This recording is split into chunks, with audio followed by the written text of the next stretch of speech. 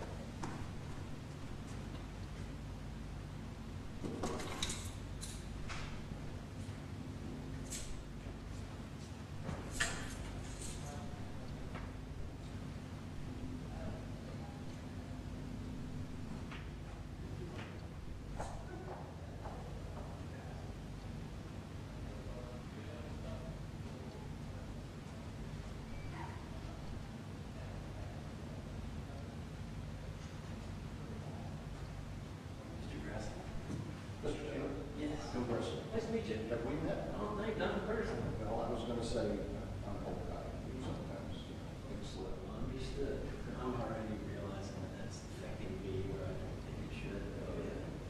A couple of months ago, some board of New York went hiring a collection people that does not cost them. I gave them your name. I don't know if they were found. I appreciate that. That's all right. You're the only person I know that it was the St. Johns County case, and I said, you know, I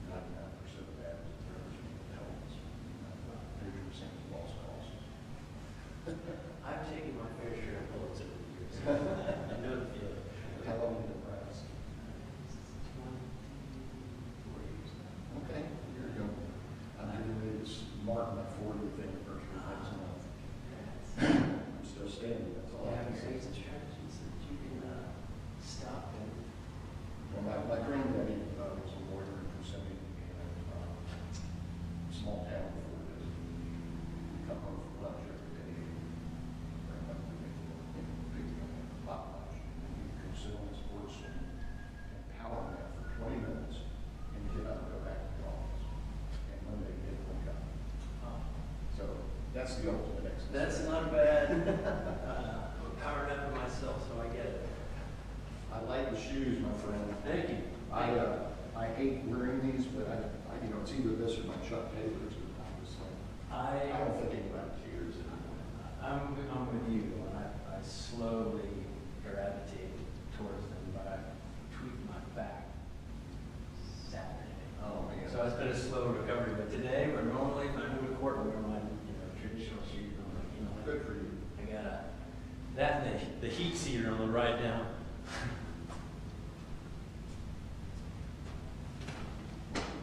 Just in case it doesn't come across, I'm going to call you a liar in the most professional way possible. That is perfectly understandable.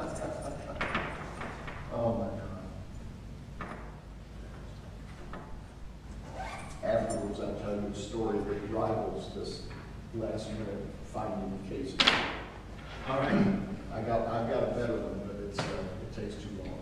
Hey, gentlemen, just wanted to let you know something, that we are in a live stream. This is live stream, so just be aware. Right now. Yes. Yes. Live stream, Judy. So what I just said to him about him being hired across the Did you record it?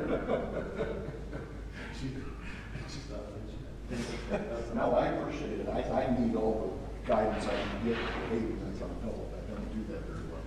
I believe a lot of the other, I'm trying to think if, I know that the other appellate courts are streaming as well, the cases. So Right. it's just, But usually, my experience, which is almost none, because I'm always on this side, is that they don't start until court comes in. yeah, which probably is a practice that's to be followed, but sometimes IT is juggling a lot of things. I got you. To try and prep things and make sure that it's running correctly, it could be on a little earlier. Okay, and as long as, in addition to me calling him a liar, complimenting him on his shoes, as long as that got through too, That's then all. it's okay. You're good. Carry on. Thanks. That's fun.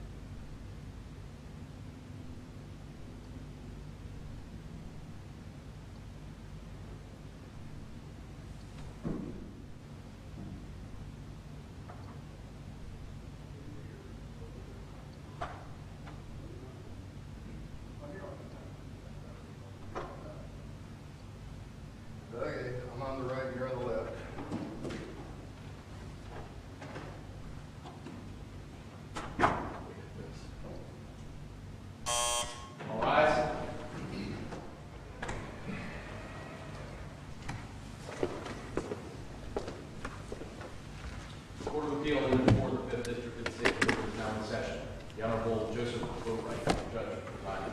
All persons have business before this court draw near, your attention will be heard. God save the United States of America, the state of Florida, this honorable court. Please be seated. Thank you. Good morning. Welcome to the 5th District Court of Appeal, our oral argument session for this morning. Before we get started, let me introduce the judges on our panel. Again, I'm Judge Boatwright. To my right is Judge Brian Lambert. And to my left, we have an associate judge from the 4th Judicial Circuit, Meredith Carbula, and we are privileged to have her with us today and this week. We have 3 cases on the docket this morning. Each side will have 20 minutes to argue their case. Appellant is allowed time for rebuttal argument, so when you come forward, please let us know how much time you'd like for rebuttal. The first case on the docket is case number 24-2592, Cross versus Dooley. So, Mr. Grassley, you ready? Good morning. May it please the court.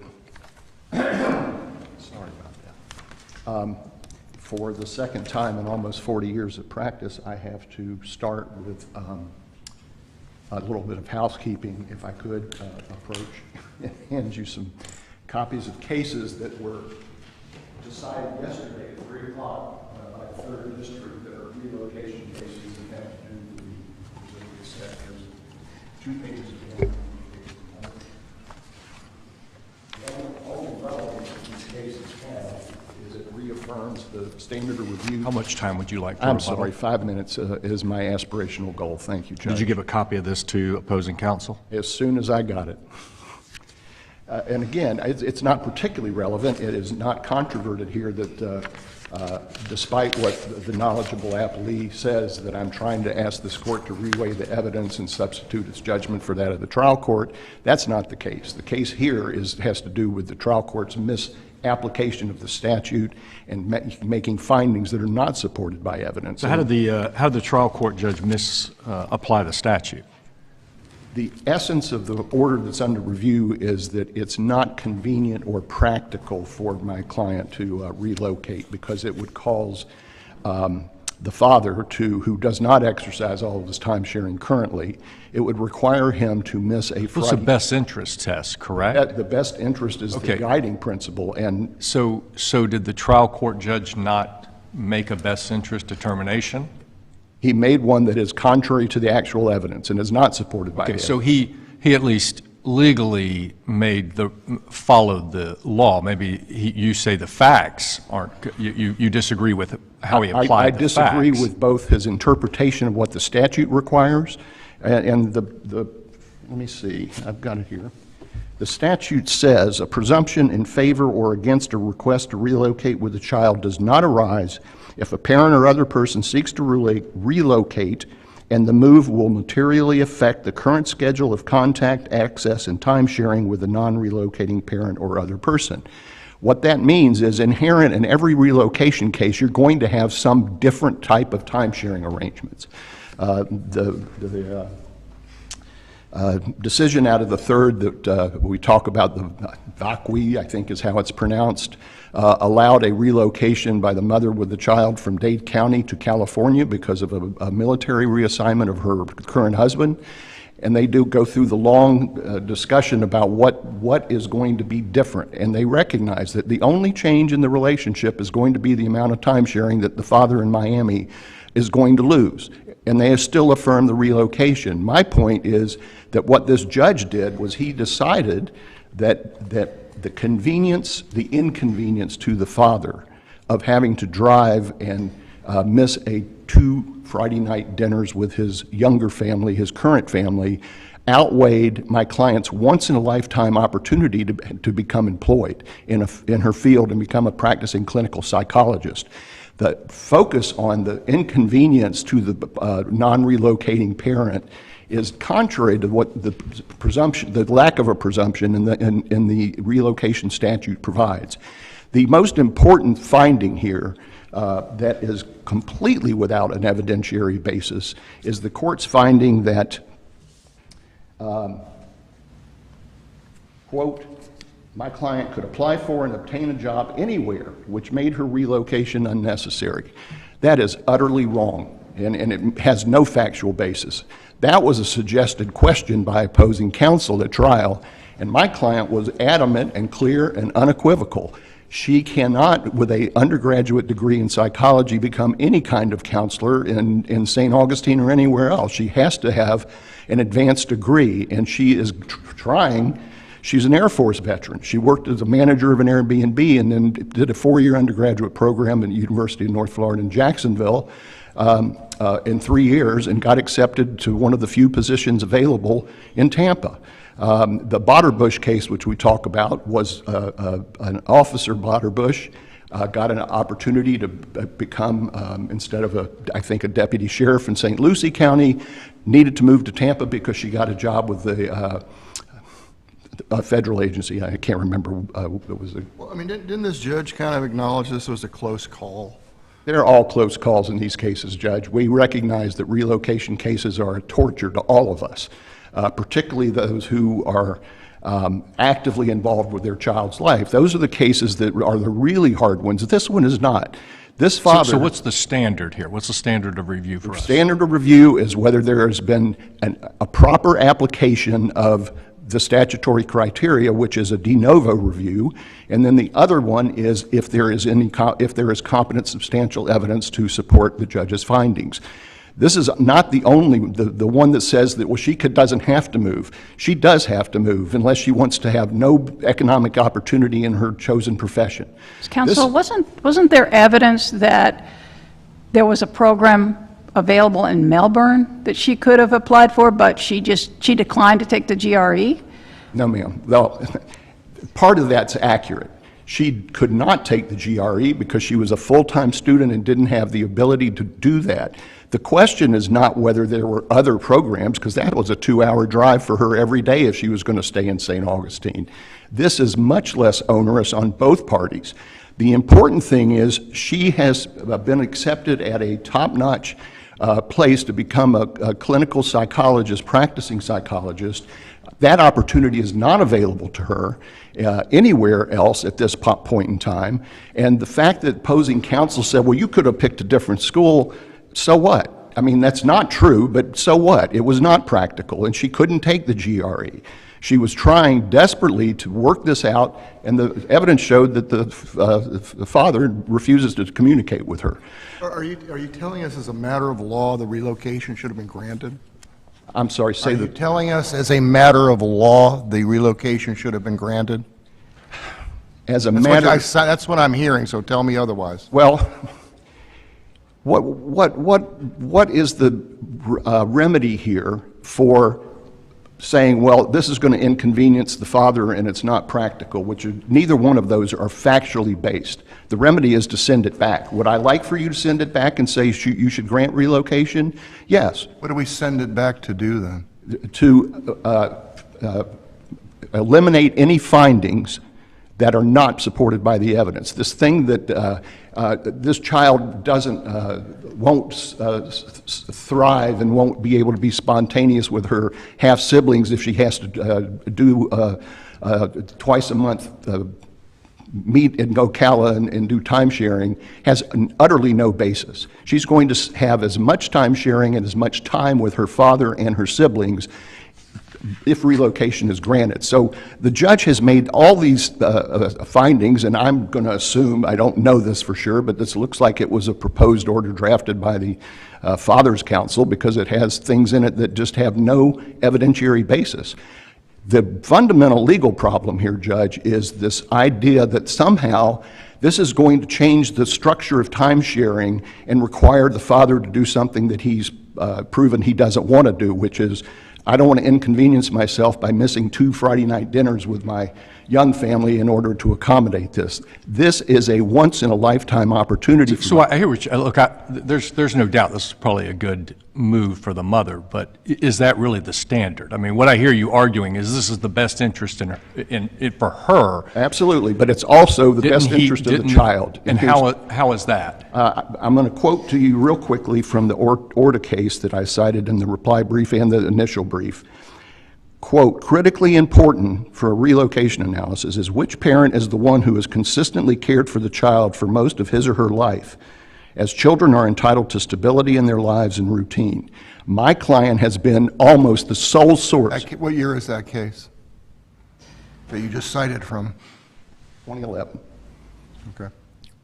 And I don't know how that would change. So the appellee cites the cases, and one from our court, which says the focus, I mean, you would agree, the focus is not on the best interests of the mother, it's the best interest of the child. That's correct. And so who how has- is this, it seemed like the whole focus below, and even what you're arguing here, seems to be what is in the best interest of the mother. So how is this in the best interest of the child? The reason I'm talking so much about the mother is because the trial court fundamentally misunderstood what's inherent in a relocation analysis under the statute and made up facts that do not have evidentiary support and are contrary to common sense.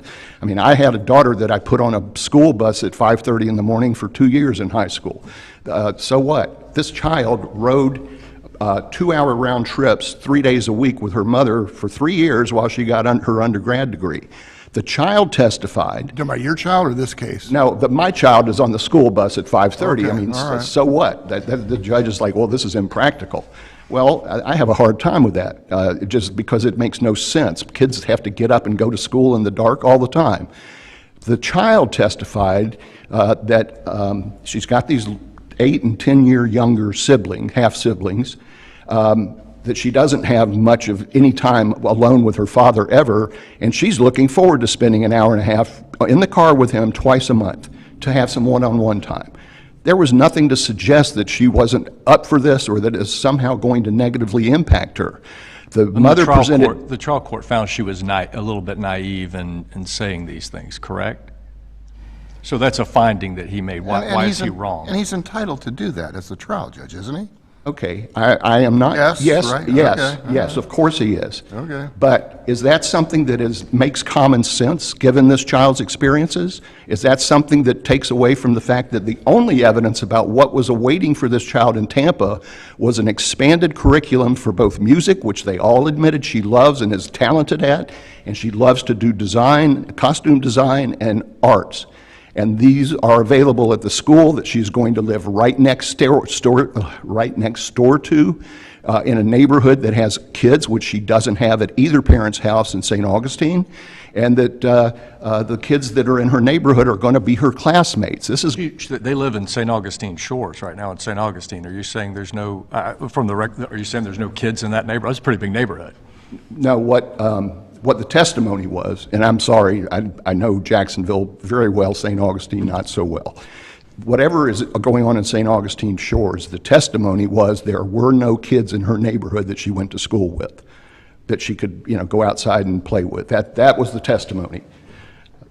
The bottom line, judges, your honors, is these facts show that the only evidence that the judge had in front of him about what the impact on this child would be is, number one, and crucial, is that her mom, my client, is the only sole source of stability and support that she's ever had.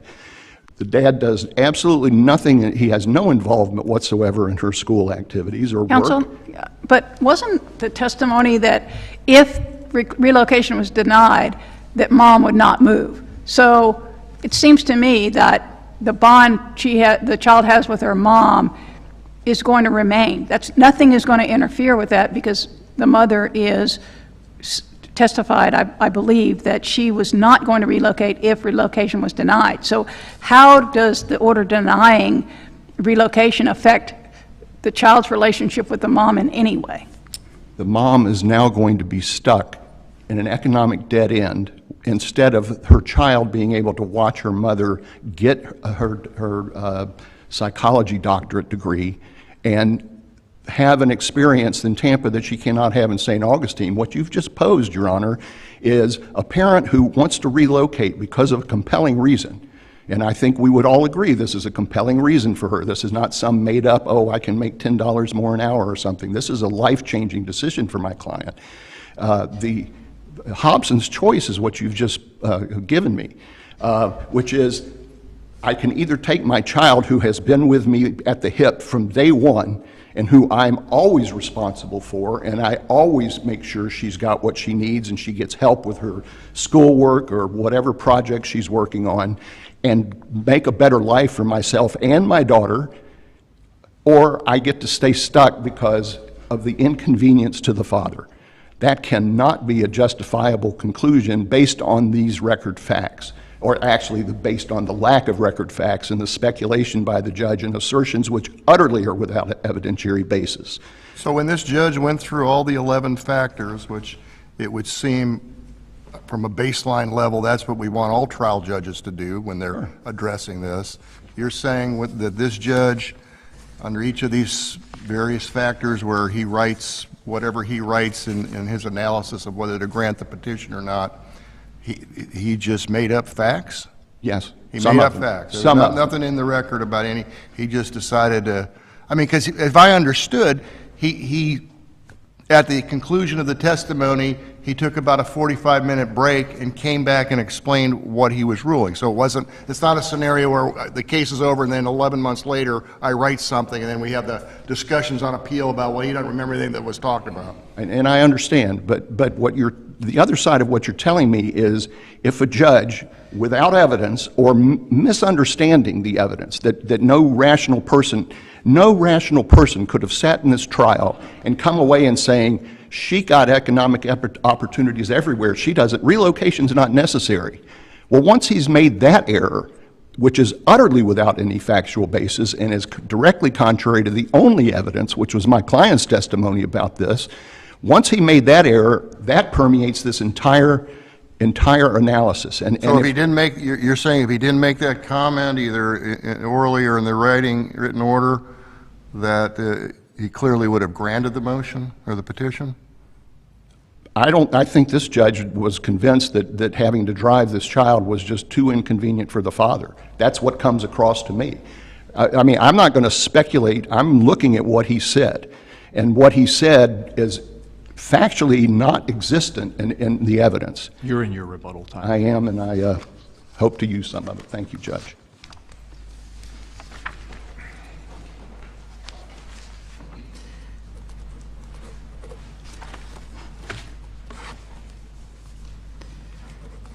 May it please the court, counsel. My name's Clyde Taylor. I represent the father, Jason Dooley. Were you the trial attorney?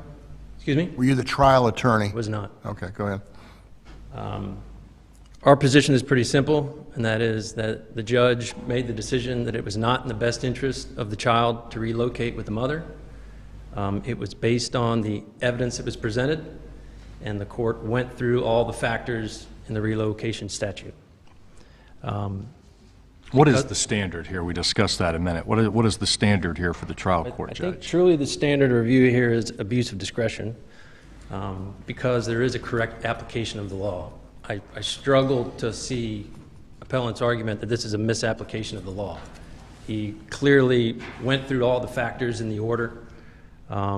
He cited the factors correctly, and he filled in the blanks, so to speak, after each factor based on the evidence that the judge, heard and how he interpreted it? He did, Judge. And, I mean, there are a couple of cases that say just because you do that, it's not enough, that I believe the appellant cites, but those cases are extreme. They just would not add up. The facts would be recited that would be very favorable to a relocation or the otherwise, and then there's a complete reversal of the decision in the written order.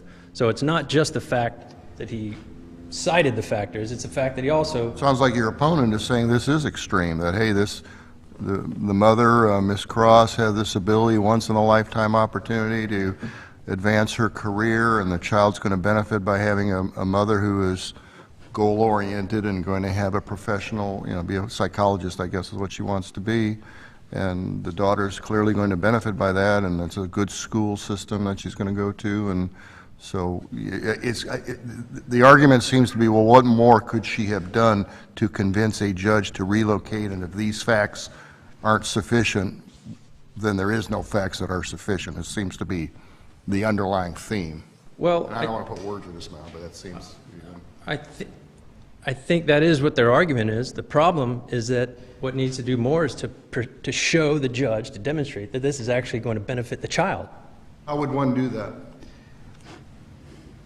Well, I mean, because the child's going to an unknown. I mean, he's going from one coast to the other. I mean, we have other cases where they go from Florida to Colorado or something like that. well, I think there needs to be some sort of comparison to start.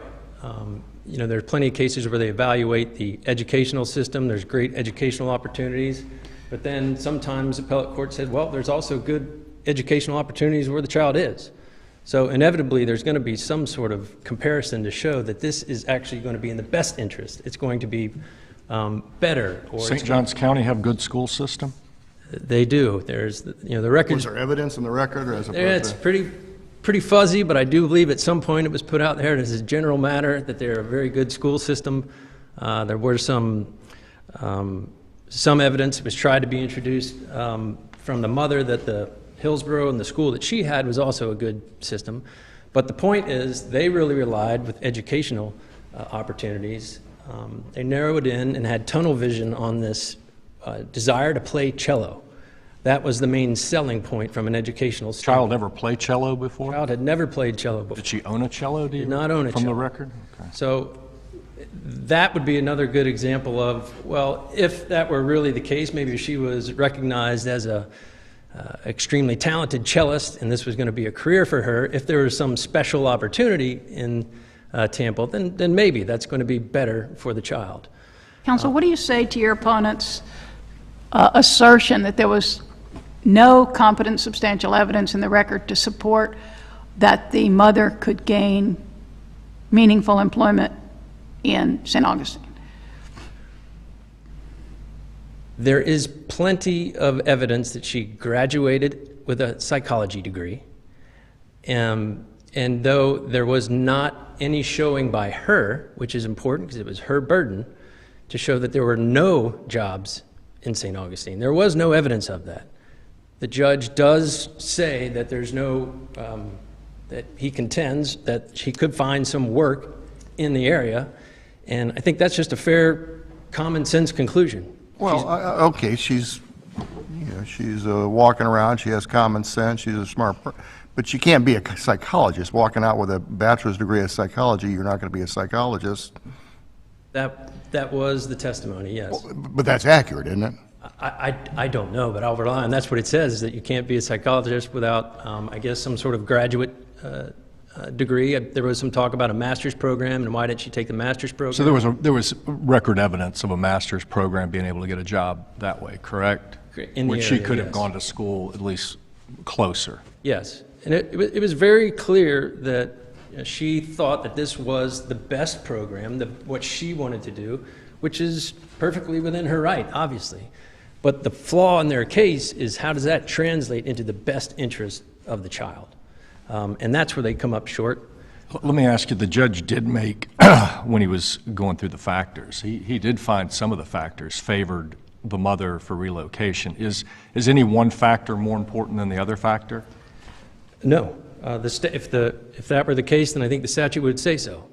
And that is another flaw in the appellant's argument, is that this is going to be inconvenient for the father. And while there is never a mention anywhere in the order that this is just too inconvenient, as it's characterized, it certainly was a fact that I think the judge took into consideration when evaluating the fact. Is that wrong to take into consideration the inconvenience to the non-relocating party?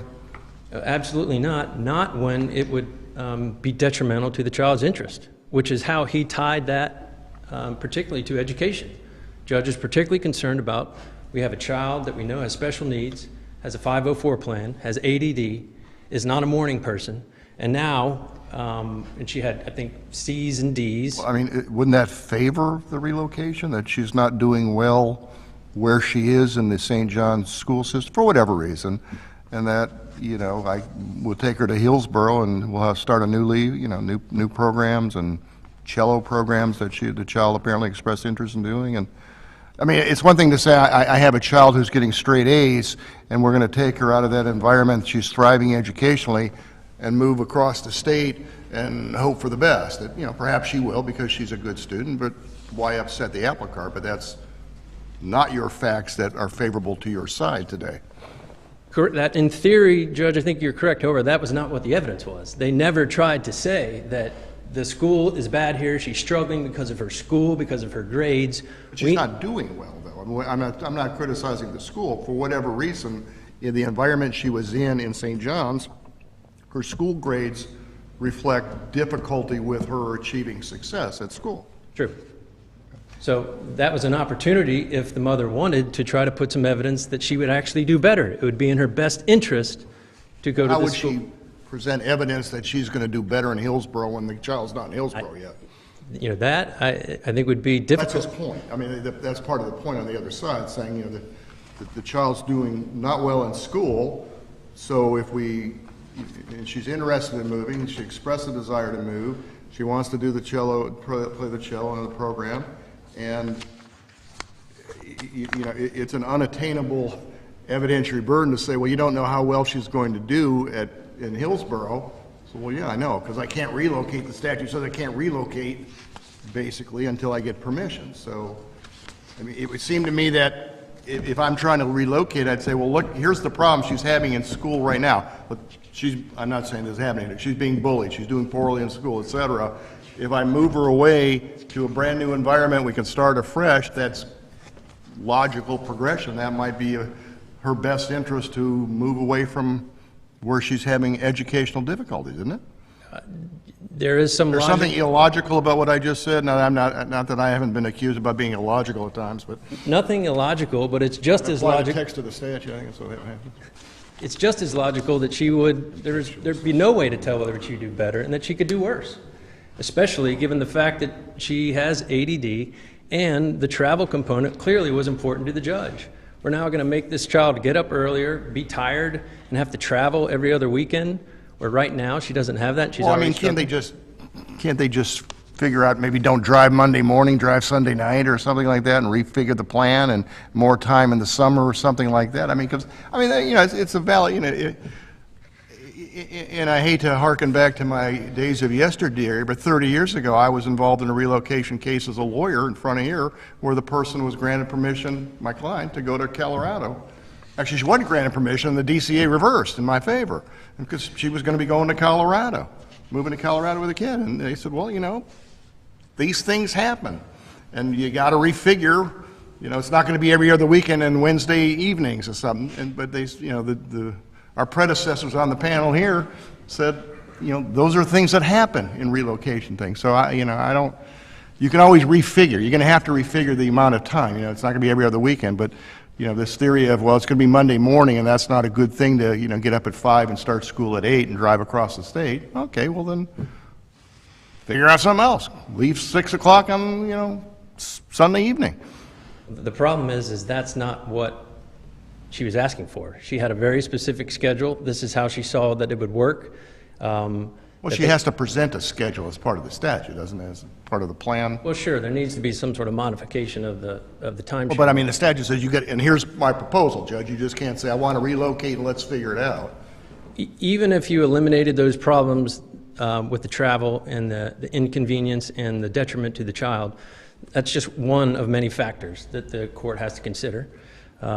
And, of course, as I'm sure you're aware, that there needs to be some deference before to do the trial court, who is there to sit there and evaluate the evidence. And Well, I mean, again, with hearkening back to my 30-year-old case, and the reason I was asking about that predates this statute. This is the 1995 case.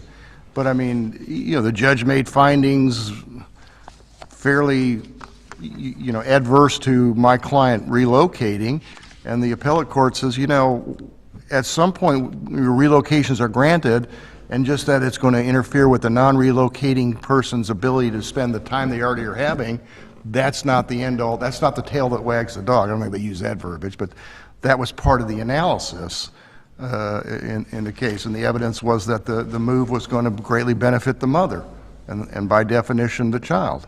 Now, I'm not saying that's right, that's just what happened 30 years ago, but I'm trying to, you know, anecdotally say, this is why relocations, you don't know, it's the unknown you're going to, and you put the best evidence you can as to the relocation, but, until you actually relocate and see how it goes, the trial judge has to base the evidence on what he or she hears, so.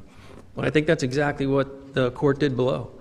Heard the evidence, went through all the factors. It was a hearing that was spread out over the course of 3 days. Gave the mother ample opportunity to try to show how this was the best interest of the child, and she came up short. That's what the court found, was not convinced this was actually going to be in the best interest of the child. One of the other factors that certainly seemed to be important to the judge was the fact that she had significant family ties in St. Augustine. Not only was her father's family there, the mother's grandmother was there. There was really nobody in Tampa. Yeah, but didn't Grandma say that she was going to move to Tampa if the relocation was granted? If you look at exactly what she said that she was going to try. She had a job that she would need to find a new job. She also mentioned that her husband needed to retire. There was no specificity. She would then need to sell her home in St. Augustine and then find something else in They Tampa. actually had a minor child, too. They had their That child's going to be uprooted as a part of this. ward, right? Completely not mentioned at all. What's going to happen to Ironic. this ward? 9 years old, I believe. So the point is, there's speculation or a lot of assumptions that could even happen. But yes, she did express a willingness to move. Speculation is kind of one of these things that permeates throughout her case to try to say this was in her best interest. Yes, she got into a program. She would have to succeed in it. She was not going to get paid. This was not going to financially benefit the child immediately. And it really was not going to financially benefit the child until the child became an adult. Well, I mean, at the end of the day, isn't this, the judge weighed all the factors, set forth in his order, went through the 11 statutory factors, some favor relocation, some didn't favor relocation. He then made the decision based upon the verbiage of the statute, and I guess at the end of the day, if the judge had granted the relocation, you would lose here today if you were arguing otherwise? Well, Wouldn't you?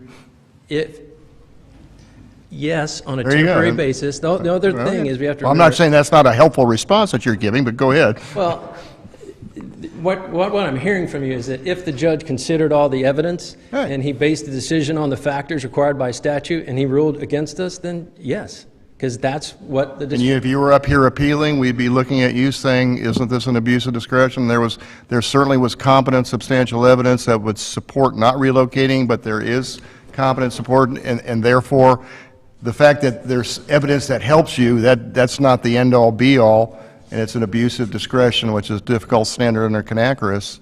So you would lose if the relocation had been granted and you were sitting over there, I guess. I don't know why the appellants all sit over there for some reason, but The only reason I would say we could lose is because close calls are not going to be retried by this court.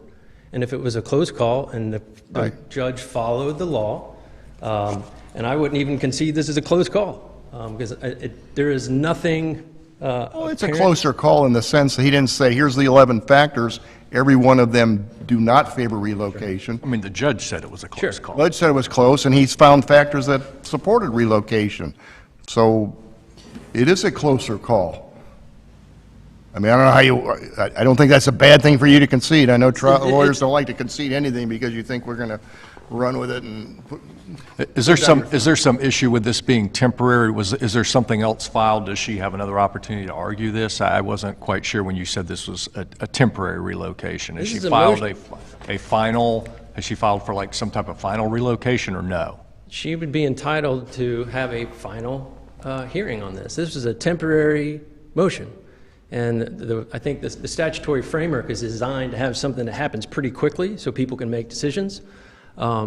And to expedite, there are some frameworks. Statute says you need to fast forward it when you're a Do trial it quickly. judge. Yeah. And so even if you affirm this order, as far as I know procedurally, there still can be a final hearing on the issue of relocation. That's what the statute says.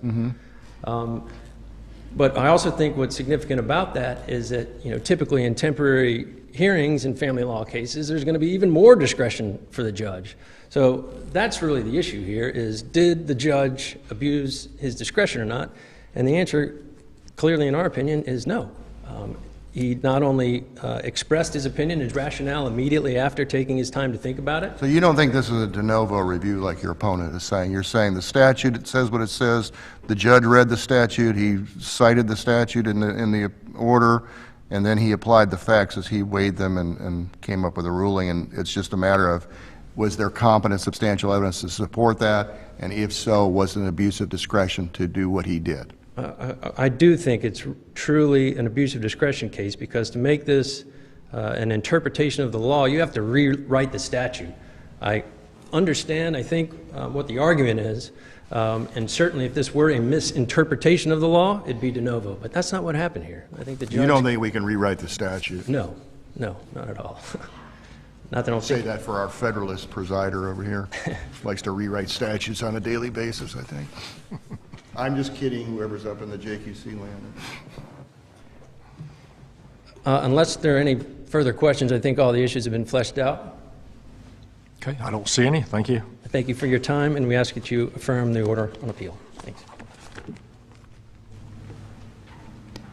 Okay, sir, you have 4 minutes and 30 seconds. Thank you, Your Honor. Number one, my assertion that the judge found that this was inconvenient to the to the father, that's my word. What he used was, quote, impractical. I think those are the same things under the facts of this case. The whole thing about a cello is a red herring. The child, she had a list about this many instruments that she played. She's obviously a very talented, can pick up and play anything. I've known a few people like that. It's amazing. She wanted to learn how to play the cello. The only testimony about this was that there was not a program in her St. Johns County school that allowed that, or provided that. But that was not all. The mother put on testimony about what all the school in Hillsborough County would provide for her daughter, which were much more expansive than what's in St. Johns County. That's the only evidence. The only other thing was the constant questions by the father's counsel that were based on non-evidentiary factors, such as you could have gone to FIT or FTI, whatever the other school was. There was, and if I am wrong, I stand corrected, but I don't remember a single utterance of anything about this child not being a morning person. This child got testified to the judge. I thought her father testified that she was not a morning person. Okay, well, I stand corrected on that. She testified that when she was, for the last 3 years while her mother was going to school, she got up at 6 o'clock every morning and fed the dog and got some cereal and got herself ready for school. So she obviously has been functioning. Her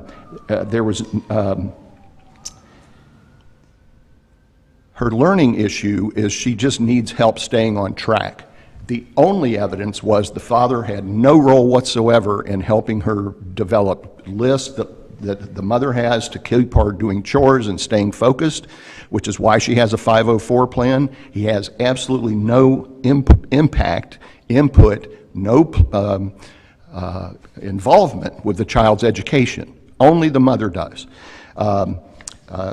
The last issue that I need to make sure I've mentioned here is the relocation statute says that one of the things the judge must consider in a temporary order is whether a permanent relocation would likely be granted.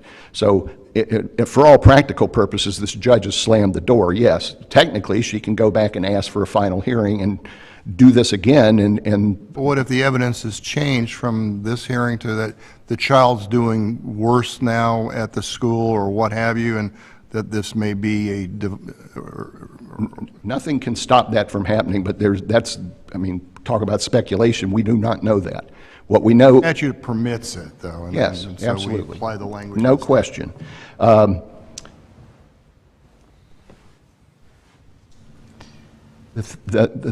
findings that this is going to impact the relationship with the half-siblings is no evidence to support that. What about the finding that there will be no economic benefit to the child while she's a minor if this relocation is granted because the mother won't get her PhD until the child's basically 18.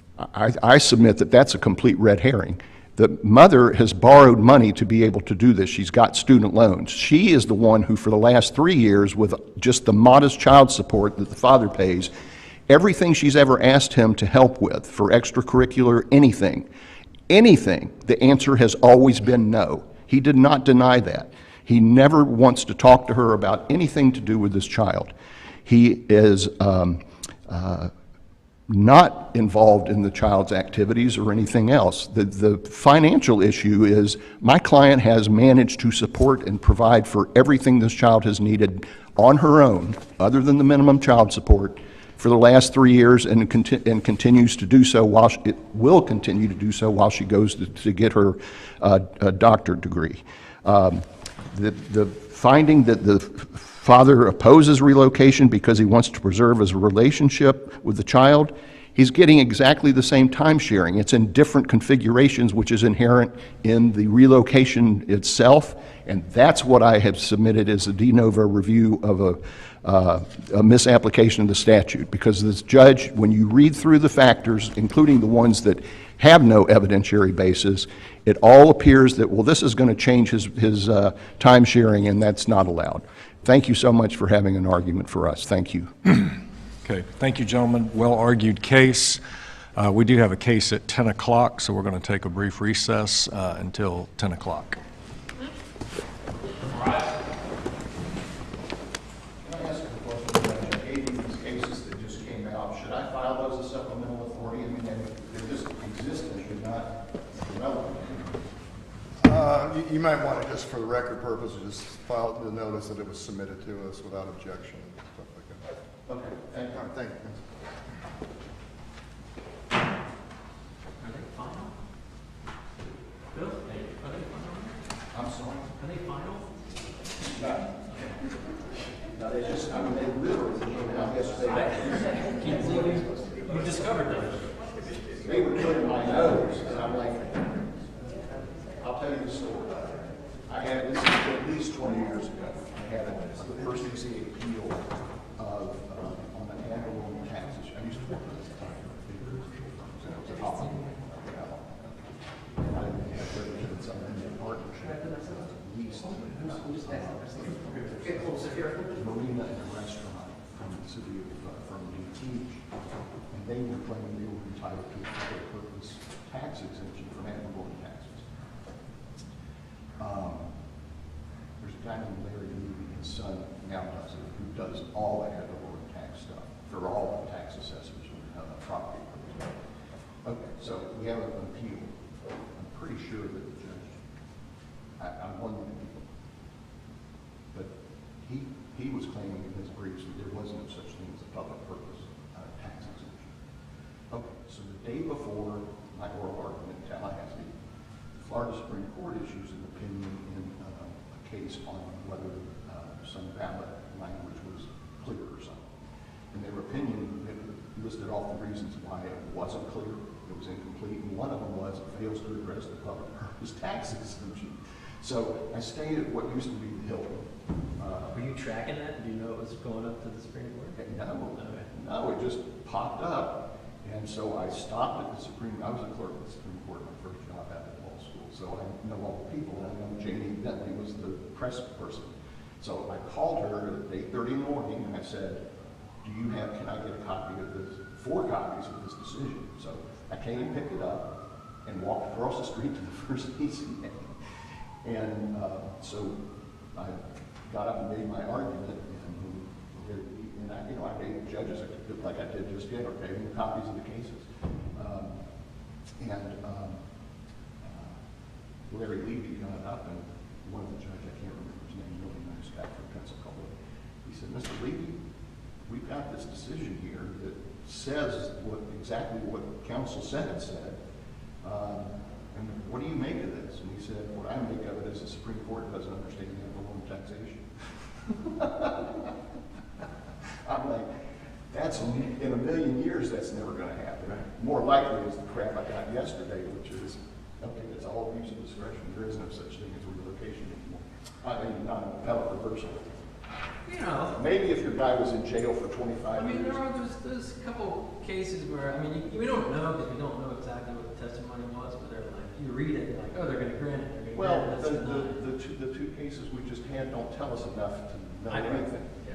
So, but I felt obligated to say, okay, here's these two that just do exactly what my esteemed opposing counsel says, which is, you know, it's all discretionary. The judge just has to say something about each factor, and it's all okay. Well, then you're gonna make me start to double check on the morning of the day before. My trial counsel found me, she's subscribed, she does family law only, and she subscribes to some service I didn't even know existed.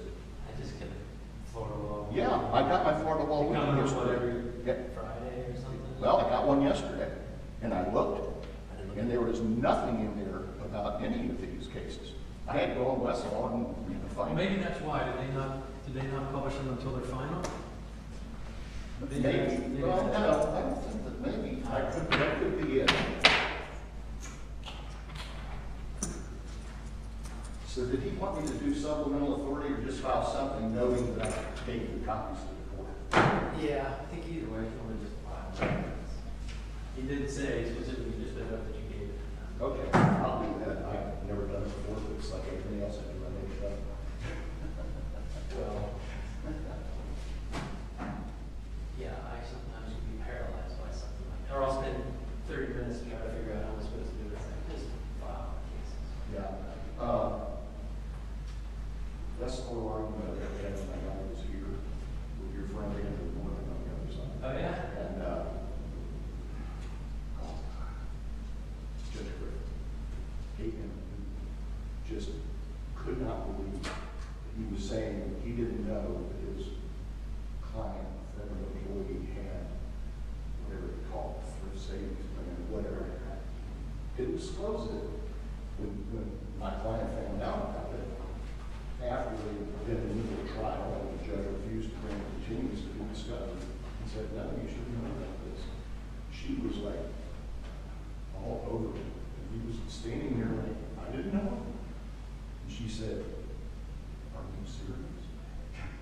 You should read her opinion. I can't remember the name of the case, but if you're interested.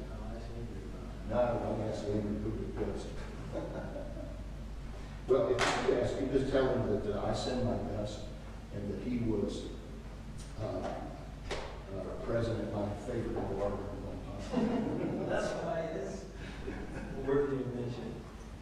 I had my worst for like 20-something years ago. Oh, I've had lots of times.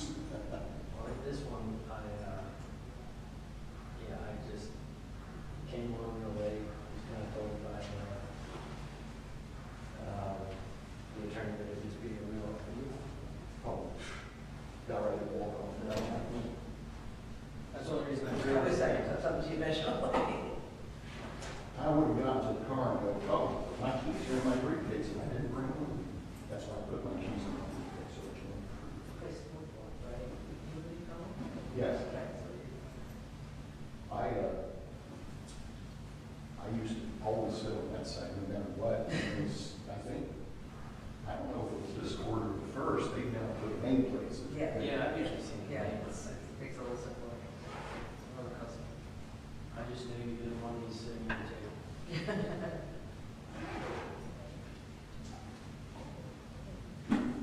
Aaron, thanks for your hospitality. Yes, sir. Have a safe trip back. Thank you. You too. Are you working next? I'll next, yes. It's okay if I just set up? Have fun. Absolutely. Thank you so much, yeah. I left you a little water. Yeah. Thank you, sir. Good morning, sir. How are you? Good, how are you?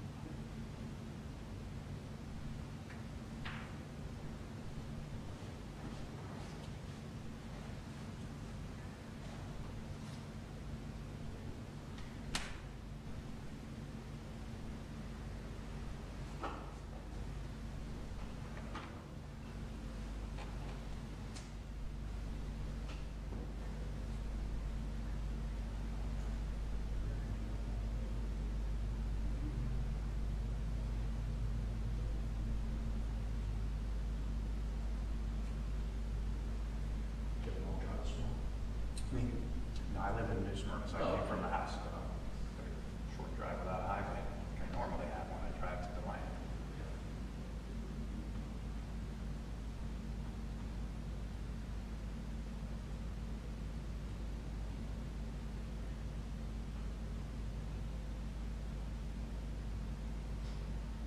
That's commonly the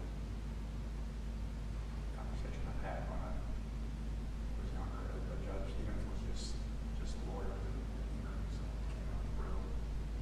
And there was concern for proceedings, the formality of proceedings, which has gone largely away in my experience. It's got much more, even when non-lawyers are not court staff in the court.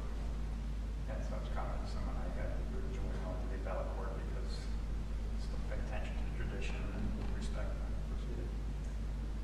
Not to suggest that there's a lack of respect for proceedings, it's just changed over the past few decades.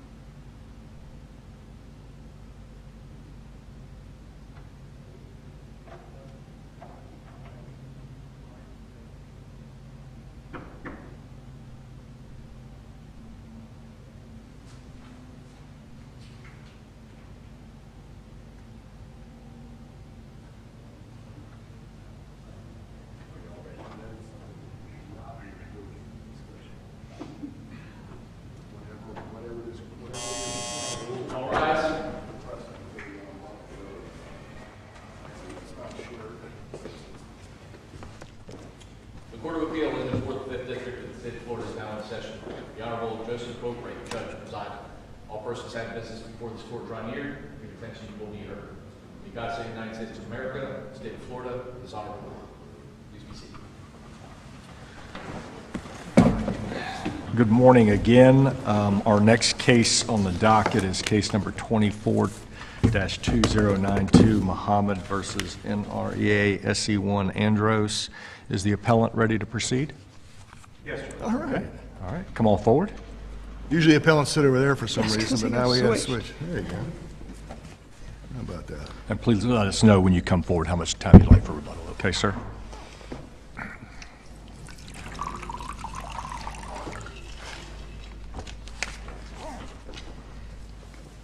May it please the court. Darren Elkine on behalf of the appellant, I'd like to reserve 5 minutes for rebuttal. This was a case in which the defendants agreed with the plaintiff there was a defect on the property that the that the defendant, Andros Isles, and I'm going to refer to it, Your Honors, as the property owner and the property manager. Those are the two defendants, although they were represented by the same counsel. All defendants agreed that there was a defect on the property owned by the defendant, property owner. This was an apartment complex, a rental apartment complex that had a pool facility, clubhouse, and 2 masonry grill enclosures, and they agreed that the grill enclosures, everyone agreed, that the grill enclosures were defective because they lacked adequate or lacked any ventilation in the grill enclosures. These were defects which were not visible to the untrained eye. And it's important that the grills had actually been replaced twice prior to the incident where the appellant was injured. The testimony is that these grills, the 2 replacements of the grills prior to the plaintiff's injury, were procured by the management company contacting a company called HD Supply.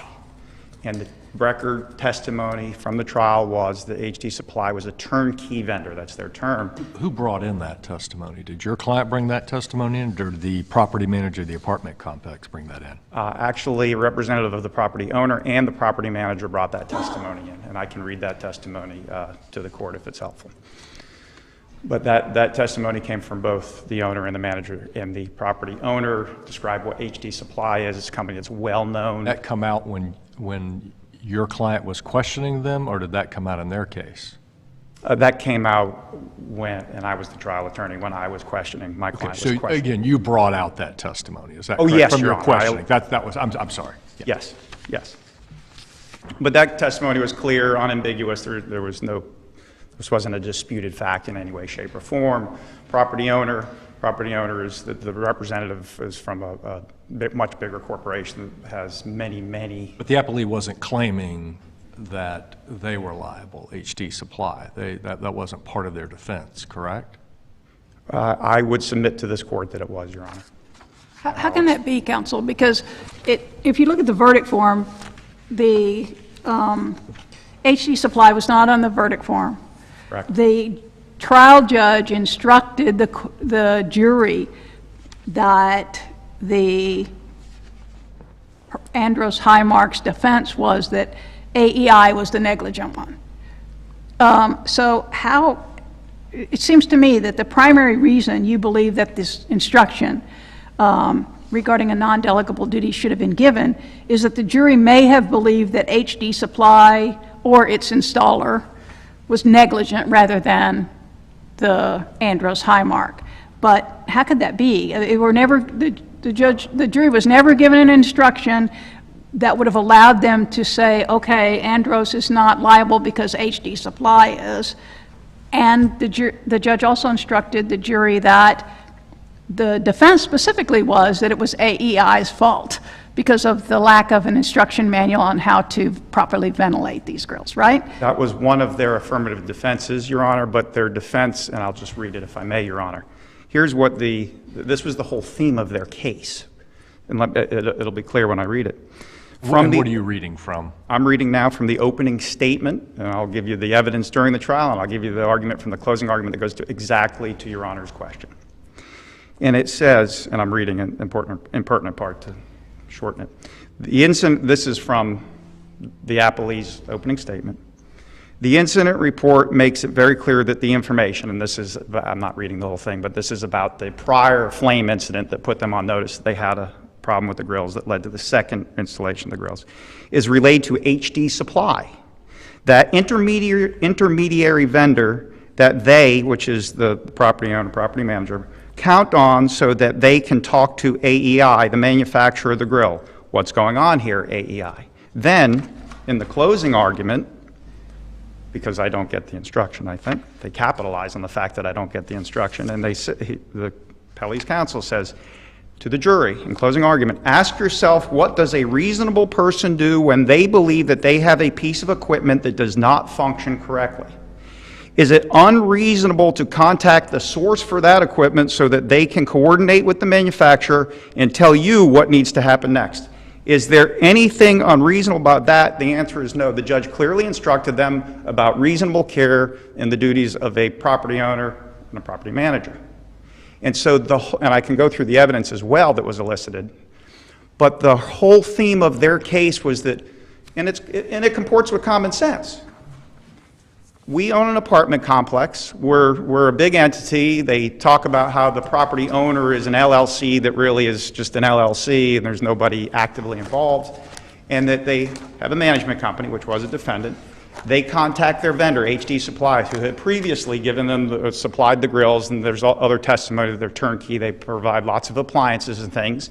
They saw a problem. They filled out an incident report. They then called that vendor, and that's what they submitted. That's all they had to do because that was reasonable for a property owner to call their vendor. Wasn't their theme about not having a instruction manual for AEI about the grills and how to operate the grills and install the grills? I thought that was part of their theme too, correct? That was a part of it, but the central... was their central theme, correct? I would really disagree with that, Your Honor. Okay. In fairness. And why is that? Because what they argued, which is what I summed up in what I just read to this court, is that they acted reasonably. And that tied into the instruction, the standard instruction from the judge about reasonable care. And the thing that the jury must have believed is, and it makes common sense. You own an apartment complex. You got a company that does this for you, that installs these grills. You called them, you let them know, you assume they took care of it. But that's not enough as it relates not to the property manager, but to the property owner who has clearly a legally non-delegable duty. The requested instruction accurately recites the law. But would HD Supply qualify, in your opinion, as an independent contractor? Yes, Your Honor. Because they were the ones that supplied the grills? Yes, Your Honor.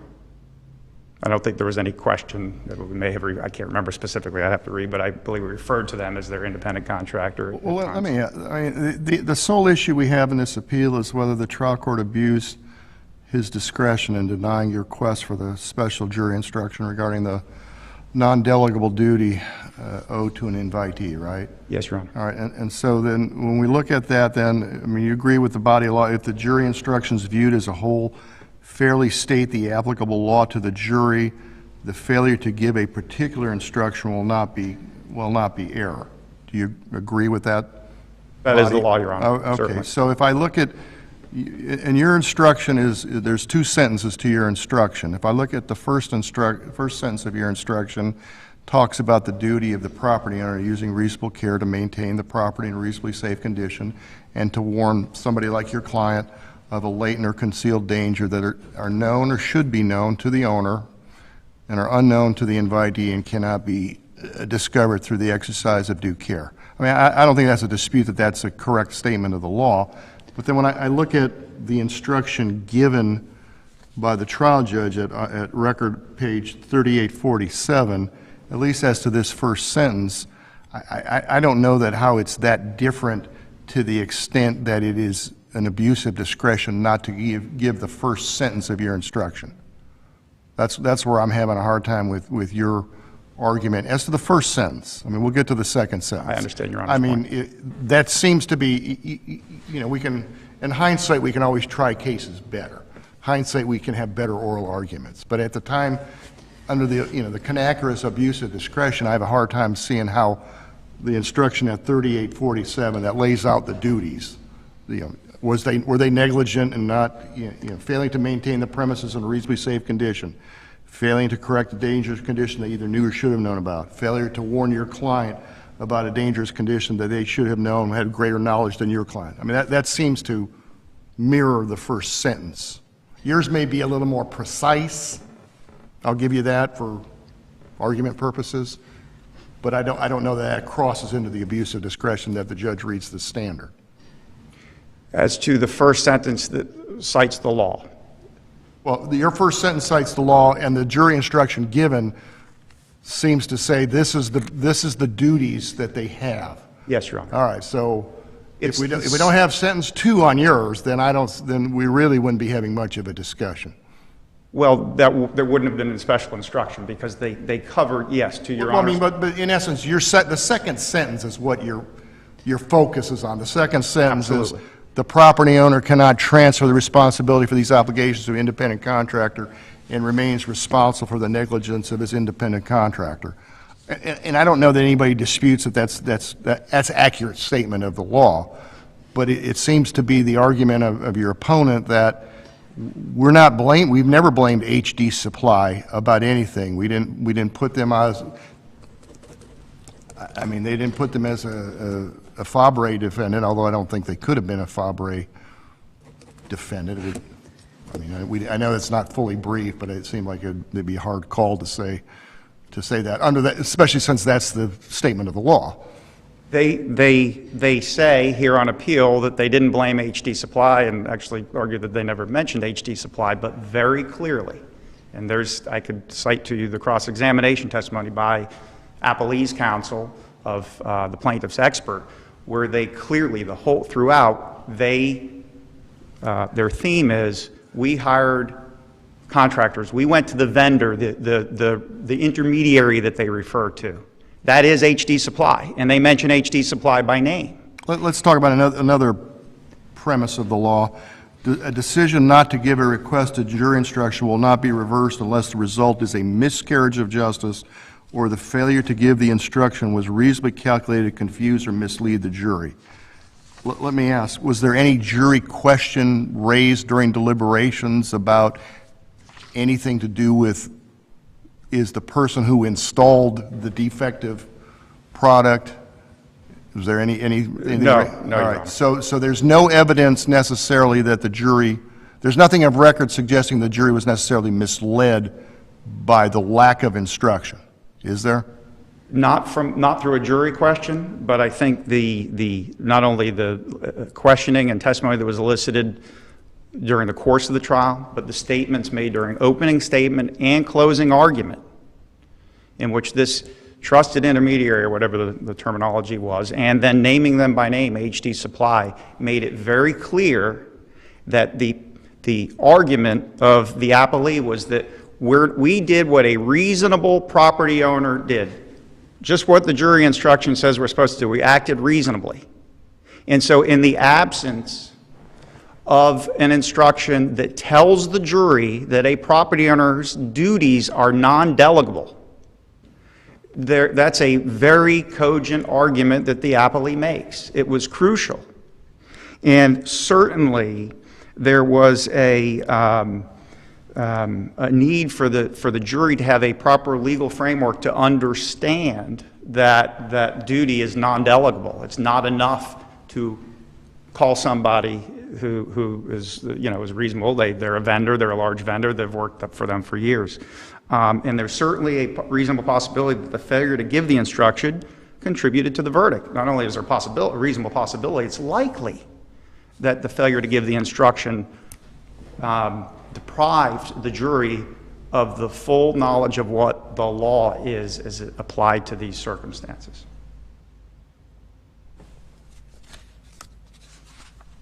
I think there is no, I'm sorry, Your Honor. No, go ahead. Okay. There is no question that it was, as we discussed, an accurate statement of the law.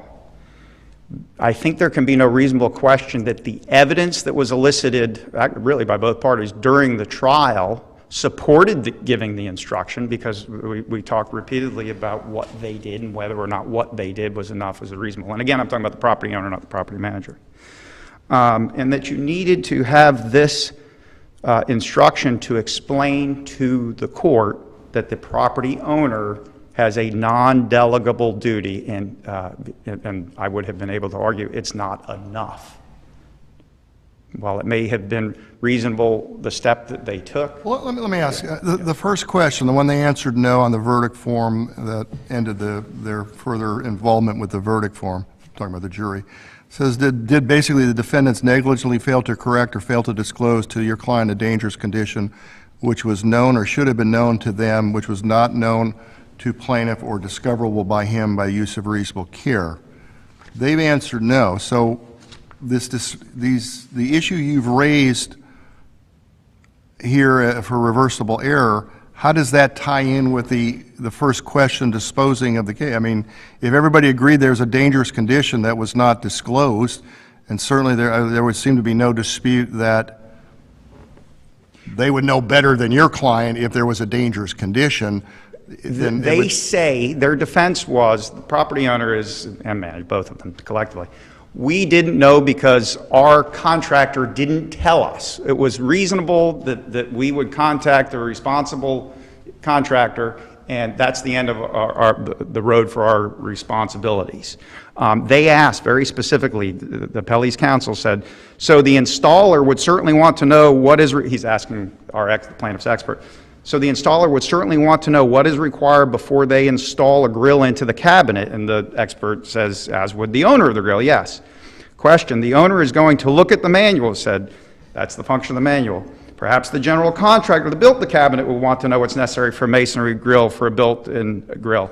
They kept repeatedly harping on the idea that they didn't know about it because they hired responsible people. Wasn't that consistent with their theme, that the manufacturer didn't provide proper instructions to anyone, the installer, the owner, the grill user, of how to properly ventilate that? Yes, Your Honor.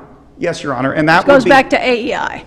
Absolutely, Your Honor, and that's why that instruction was so important, because it's okay for the jury, for the parties to argue as to whether their independent contractor could have acted reasonably and whether they should have known from the manual the way it was written.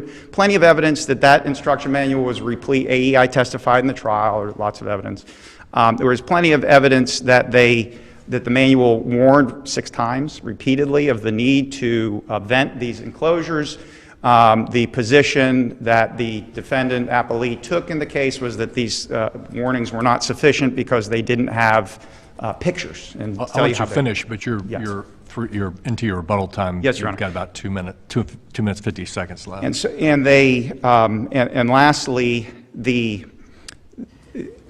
that was their position, that it wasn't, and that would have been an issue. Well, was our independent contractor negligent? They couldn't have known either because the manual was not sufficient to warn them. That's okay, those are jury issues, but without the instruction, they didn't have the tools, they didn't have the framework or the knowledge of the law that applied to this case to make that decision.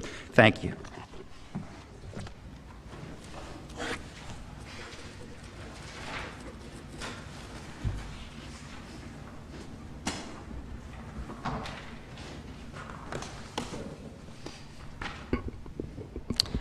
Good morning. Good morning.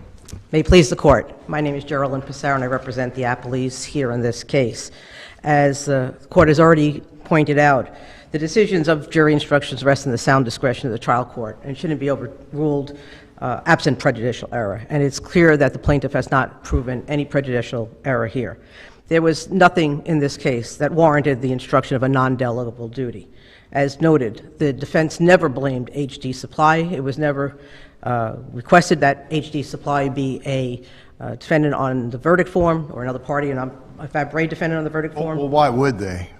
Exactly. That's the Why whole would point. they? Because they're responsible for what HD Supply did. No, not for that reason. Only because they were a vendor, and it was described how we got from point A to point B, and that being, this was a property owner who took over this property post-construction.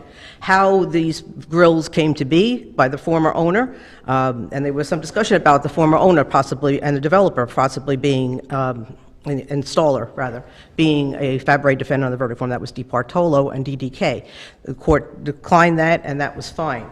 With respect to HD Supply, it was just that how did they have notice? And the idea being that there was a fire. Your side owned the property at the time the grill was replaced, right? At the time the grill was replaced, Okay, exactly. Right, all right. So the person who's replacing or installing the new grill would be cognizant of the defects of the ventilation with the system, and it seems to be the plaintiff's argument that that installer should have known that it's a problem to install the grill in the context of where the grill is being installed, and therefore, when things go awry, which happened 14 months later to the plaintiff, that's really HD Supply who you guys are responsible for, because you can't delegate that duty to have a safe, a safe condition of your property. Yeah, but that was not how it was tried at the course of the trial. This is all now briefing post the verdict.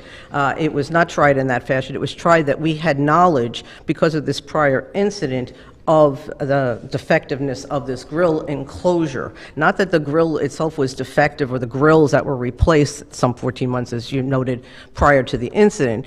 It was that we had somehow notice of the defective ventilation. It was the defense theory at trial. It was that we did not have notice of the construction manuals as how this enclosure was supposed to be built with proper ventilation or not. But wasn't there evidence that the HD Supply, when they came in 2016 to put the new grills in, should have been cognizant of that ventilation problem, and therefore that becomes attributed as the independent contractor to you, that's somehow attributed to the owners of the property? But that was not, again, that was not how the case was tried.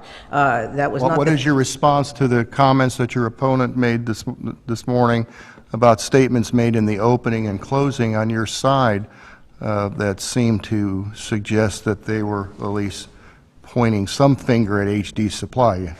Well, again, this was when we do our opening, it's after the plaintiff's opening. The plaintiff, in 3 sections of the plaintiff's opening, pages 24, 24, also on 26, stated and talked about HD Supply, that it was sold through a company called HD Supply. The management company calls HD Supply and says something's wrong with the grills, and HD sends the grills back to AEI.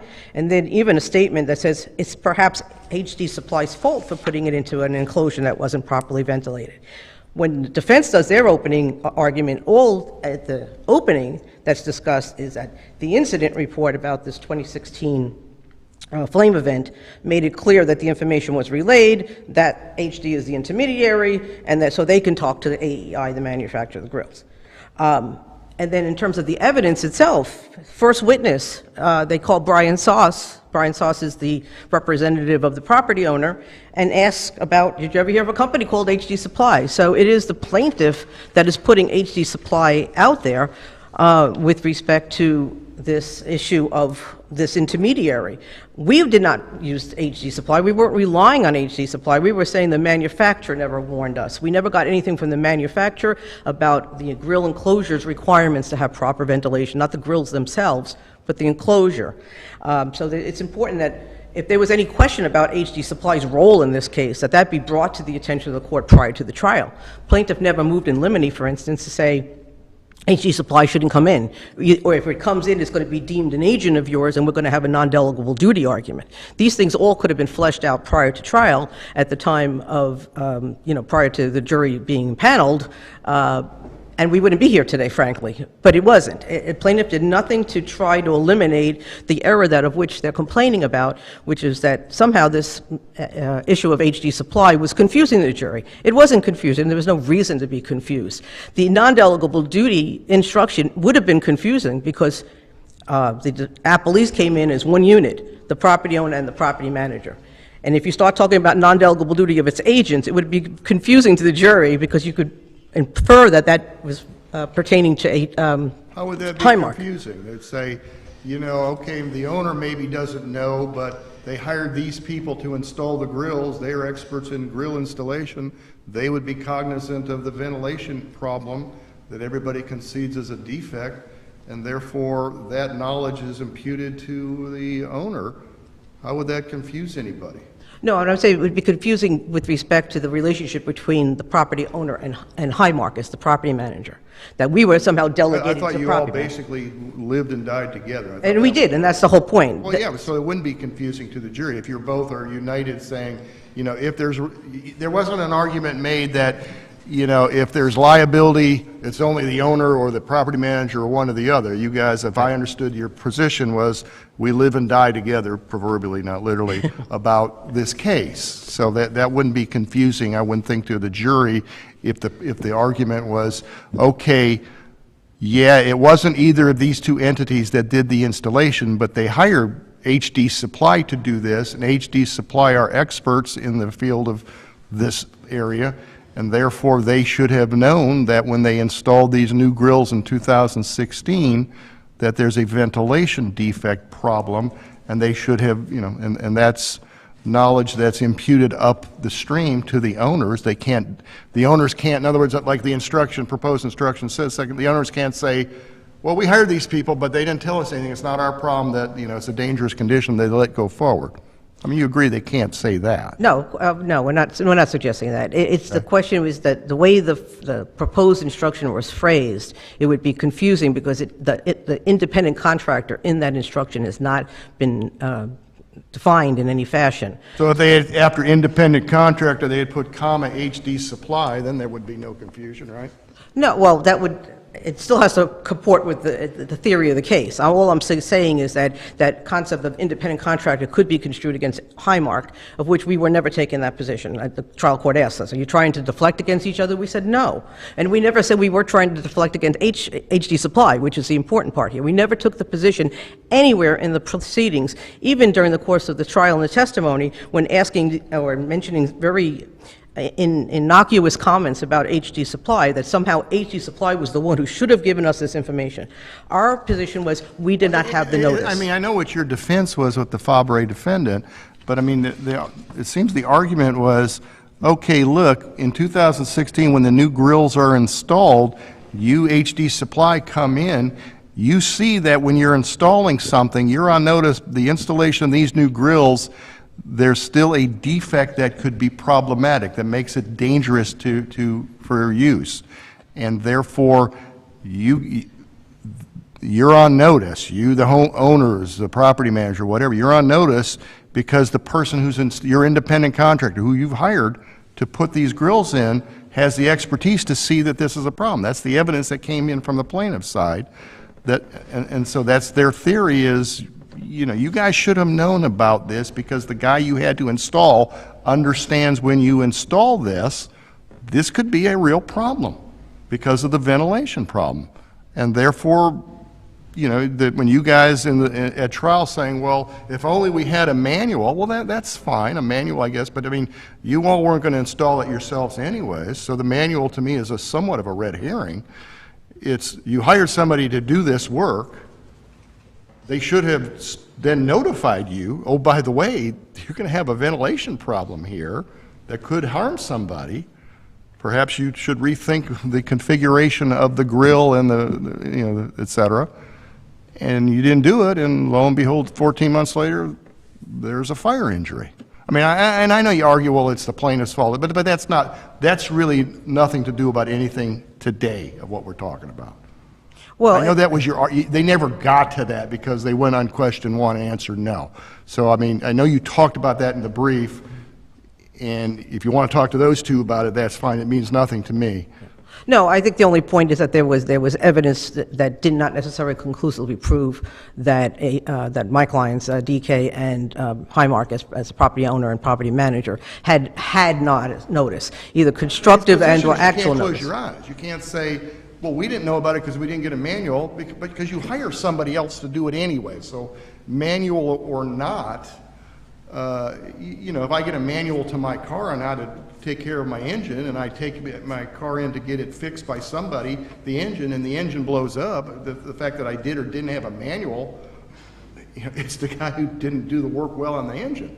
Yeah, but there's no notice here from any evidence from any source that either the manual from the manufacturer or from HD Supply that they did impart this notice to my clients. So that there was just but that's the problem. They don't have to impart it. They don't have to say, do they? I mean, the independent contractor, they don't have to come and run to you and say, oh, by the way, we installed this and we've installed something that's going to be dangerous. Have a nice day. We're letting you know that.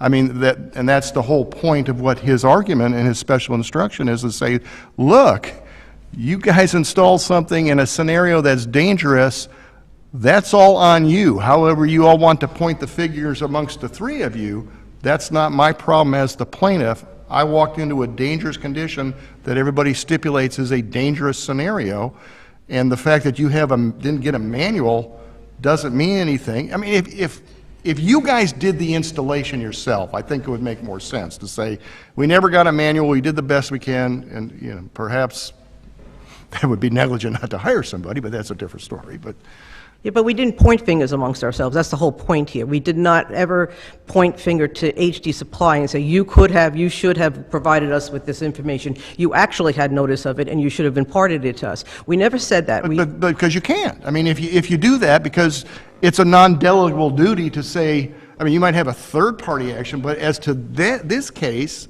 that's like saying, well, we didn't sue the one who's really at fault, so therefore you can't talk about it at the trial.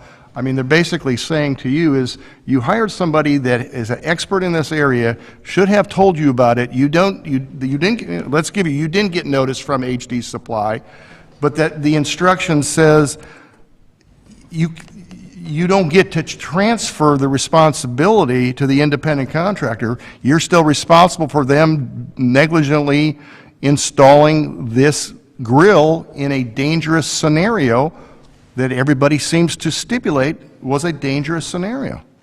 Yes, it was a stipulation that the enclosure as built was dangerous. Right, but they installed the grill in a dangerous enclosed thing, and they didn't bother to come to you and say, hey, this is going to be a problem, this could be a problem here.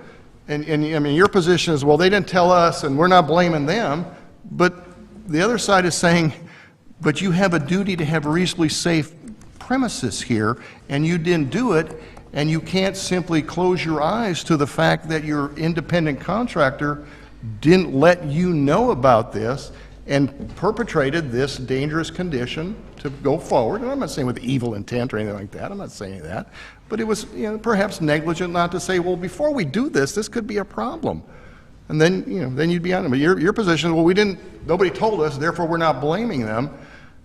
But you're responsible for them, and that's all they're saying, I think, in their proposed second sentencing. I mean, the first sentencing instruction is neither here nor there to me. Yeah, that but first sentence portion is not, that's redundant and not necessary, yeah, because that the part, general that instruction part covers is that. is neither here nor And there. The the second sentence is really the key to this case. Right, and the second sentence, again, was not necessary here, because again, as the standard is here, it's necessary for the jury to resolve the issues. The issues of non-delegable duty were never raised anywhere in the proceedings, so the jury would be confused again by that instruction without having any context. Having the name of HD Supply being the intermediary, who's this turnkey vendor for this property owner, doesn't translate to the idea that there's a non-delegable duty. And again, Do you agree, Counsel, do you agree that under the circumstance of this case, the vendor who also then installed the grills is an independent contractor? The vendor is, the vendor would be a contractor of us, again, not an agent in the sense of the word, but an independent contractor. Again, they only supplied the grills themselves, not the enclosure, not the grill, but that was manufactured by AEI. You were the installer, too. I mean, I know they supplied it. I mean, didn't it come down that they were the installer of the new grills? That was not clear at trial. They either installed it and/or replaced the grills, I think was the testimony, as to what HD did. Well, okay, I'll ask you. They didn't just, HD Supply didn't come to the property owners and managers and say, here's your grills, have a nice day. Yes, they either installed them or had somebody else install them. Right. But I said, from the perspective of the owner, we asked them to come, they're a vendor, come and see what the problem is, deal with the manufacturer, and basically We need 2 more new grills. We're happy to, HD Supply, we're happy to supply it. And they get put in. They didn't just leave them there and say, no, good luck. the testimony. Somebody did it. Either HD Supply or HD Supply had somebody do it. In any event, they're all independent. You didn't direct how they were to install them, so they're independent contractors. You contracted with them, and they independently used their abilities and analysis on how to install it. Presumably, yes. That was the. Somebody did. Right. You guys didn't. Right. Well, it wasn't you guys did it. It was not, again, in a blame sense. It was, these are the vendors, they operate nationwide. You have a problem, you go to them, they take care of the problem, and that's what it's... I'm not faulting anything about what you all did. We had to get new grills, and you hired these people who are grill people, and they came and brought your grills, and lo and behold, they're in. But the problem in the context of the appeal and the trial, at least according to the plaintiff's side, is, okay, but you installed it in a scenario that it was going to be a dangerous premises, and we used your property that was in a stipulated dangerous condition because of the enclosures. And that whoever put those grills in had the understanding of, by putting them in like that, we are adding or creating, or there is a dangerous condition when we leave, and turn it back over to you guys.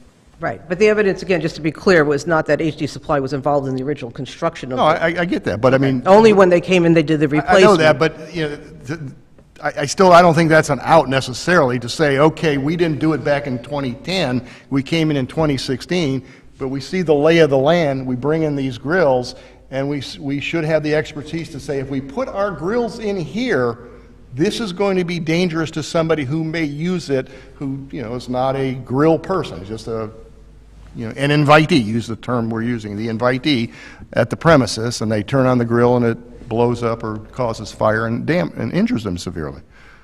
I mean, that... The test still is, though, whether this resulted in a miscarriage of justice, and the totality of Well, I the mean, I construction. agree, that's your best hat to hang your hat on, or whatever. You know, this failure to give one singular jury instruction, and we've narrowed it down to the second sentence or second part of that, would have somehow changed the outcome. Is the failure to give that second sentence of the proposed proposed jury instruction, is that something that was an abuse of discretion, that the failure to do so resulted in a miscarriage of justice?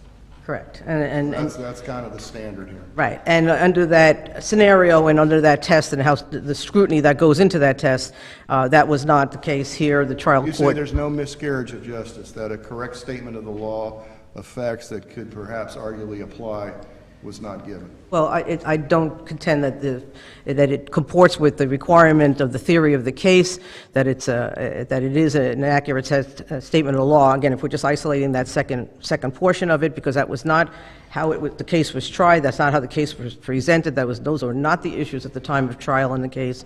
So that this is a situation where we're coming in now, again, after the fact, and yes, trying to create the perfect trial. But that's not how the case was tried, and that was not necessary to the trial. The denial of the charge was proper. The judge considered it with respect to the other parties. Basically says if there was an opening the door, I'd let it in. You never opened the door. So he denied it. The request was made on more than one occasion. It's not supported. It's not necessary to resolve the case. Jury was not misled, and the appellant hasn't met their burden today to show that there was an abuse of discretion, and the final judgment should be affirmed. The new trial denial was proper. Thank you for your time. Thank you.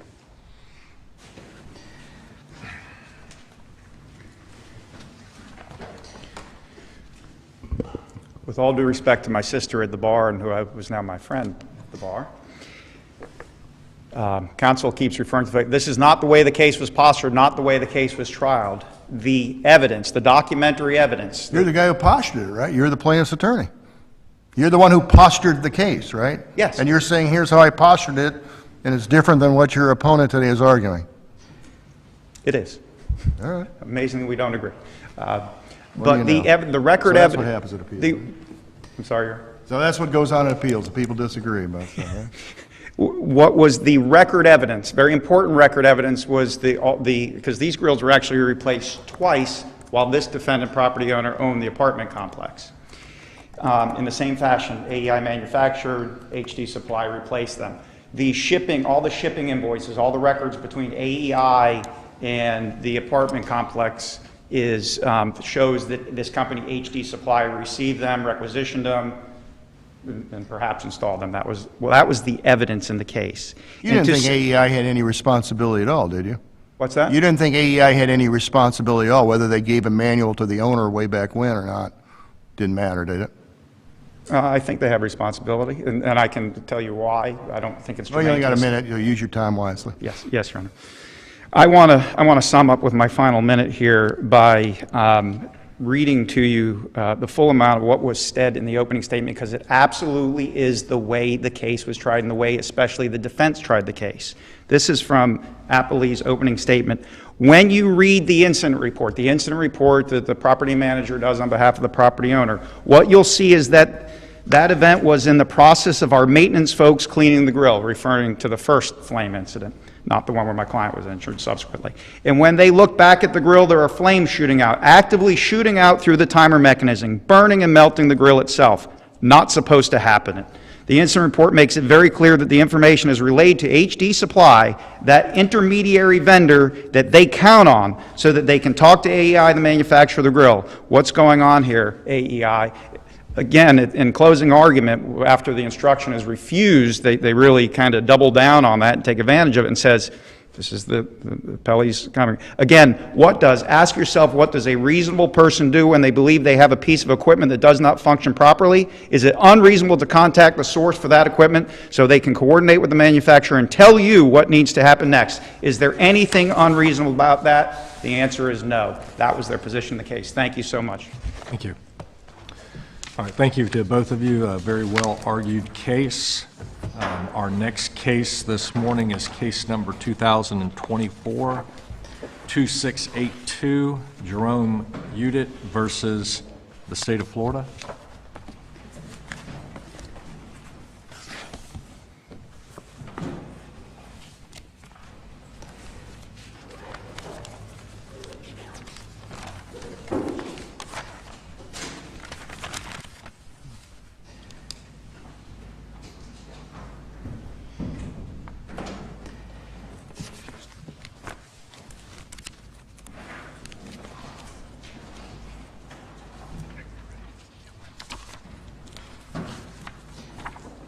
Good morning, Your Honors. My name is Whitney Bone. I represent Jerome Udit, the appellant in this case. I would like to reserve 5 minutes for rebuttal, if possible. May it please the court. We are here today on two issues, but I'm going to focus my time on the first issue, or argument 1A versus 1B. If the court has questions about 1B, obviously I'll take those questions, but I think the crux of our argument is more properly placed on 1A. So we're here because it is the appellant's position that the trial court erred in denying the motion to suppress, and that this case should be reversed and remanded for an order discharging him from prosecution. The primary issue here is whether or not the officer who seized or de facto arrested my client, which was Detective Platter, had the requisite level of information, either reasonable suspicion or probable cause to take the actions. You don't dispute that Detective Steiner had probable cause to make the arrest if he had done so, correct? I don't dispute that Detective Steiner, and I briefed this, I don't dispute that Detective Steiner had enough upon my client arriving at the Wawa to make the arrest. I think also Sergeant Kennedy, the supervisor, based on the testimony at the suppression hearing, probably also had enough. And so they directed Detective Platter to make the arrests, correct? I think the way I understand it from the record is that this team of 5 detectives, or 4 detectives and the sergeant, they're going to the Wawa with the information that this is an individual, this is his picture, and at this point I guess I'm just talking about Detectives Myers, Schick, and Platter. I'm not talking about Steiner and Kennedy, but that those 3 law enforcement officers have the information that we're going for a traveler, we're going to apprehend a traveler. They have a picture from Scout, which I guess is the chatting application that was used. And they understood what the traveling charge was. The testimony at the suppression hearing from Detectives Platter and Myers was that to them, they work all together in this unit for this Crimes Against Children unit, and that to them, traveler meant traveling to meet a minor. Yes. And they know Steiner. I mean, they know Steiner. They work with and Steiner. They know his persona, that he pretends to be a 13 or 14-year-old girl getting into these chats with people, and one of them turned out to be your client. I think Detective Myers specifically testified that she was aware that generally Detective Steiner used the persona of a 14-year-old or 13 or 14-year-old girl. So your argument that this doesn't, what Detective Platter did here doesn't meet the fellow officer rule. So what else would have been needed? I think the issue here is Montez Valaton requires more in terms of probable cause or reasonable suspicion, whether we're talking about a seizure or an arrest. It's my argument it's a de facto arrest, but even if we're going to say it's a seizure at a minimum, you know, that there was more required here than general communications. Montez Valaton from 2017 from the Florida Supreme Court specifically discusses that, you know, we need more than general. And I understand that, you know, the state and then the trial court relied. Isn't knowledge usually imputed in these cases, though? I mean, each officer is not required to have the specific knowledge that the other officer had. Is that correct? I don't agree with that. That's what the state argues, correct? That's what the state argues. I don't agree with that. I don't think that's what Montez Valaton says. And Montez Valaton obviously cites to Edwards, United States versus Edwards, which is from the Seventh Circuit. And it talks about how even when a supervisor has knowledge, Edwards does, that when a supervisor has knowledge, it's not automatically imputed to everybody else. But that Montez case also cites to United States v. Woods, where they're saying the fellow officer rule typically requires a direct communications link between officers who possess probable cause, Steiner in this case, and the arresting officers. We assume it for your purposes, it's got to be somebody other than Steiner or Kennedy. All right. This often takes the form of a direct order that the arrest be effected. I don't even think necessarily there was a direct order here, and I know it's. Well, I mean, they arrested the guy because Steiner said, I have a traveler, here's his picture, he's going to show up in a car with an Illinois license plate, all of which happened.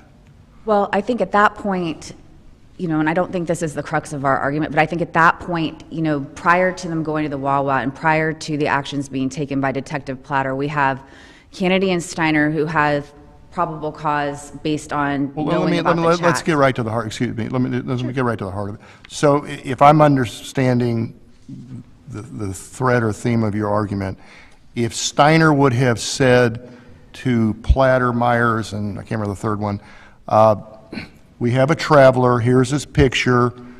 Here's the license plate, Illinois license plate. He told me when I was posing as a 14-year-old he wants to have sex with me and we're meeting at the Wawa. If he had said that last sentence, that's my argument. Then we wouldn't be having this discussion. Well, I guess we could, but you may not. That you is probably the crux wouldn't be of as my hopeful as you are today. That is the crux of my argument. That it is not overly onerous. It is not problematic. It's not even impractical for that amount of information to be communicated to the officer who is seizing or arresting Mr. Udit. So if they didn't say traveler, they just said, I want you guys to go to the Wawa and get this guy. And they arrested him, and they said, I don't know why we arrested him, Steiner told us to.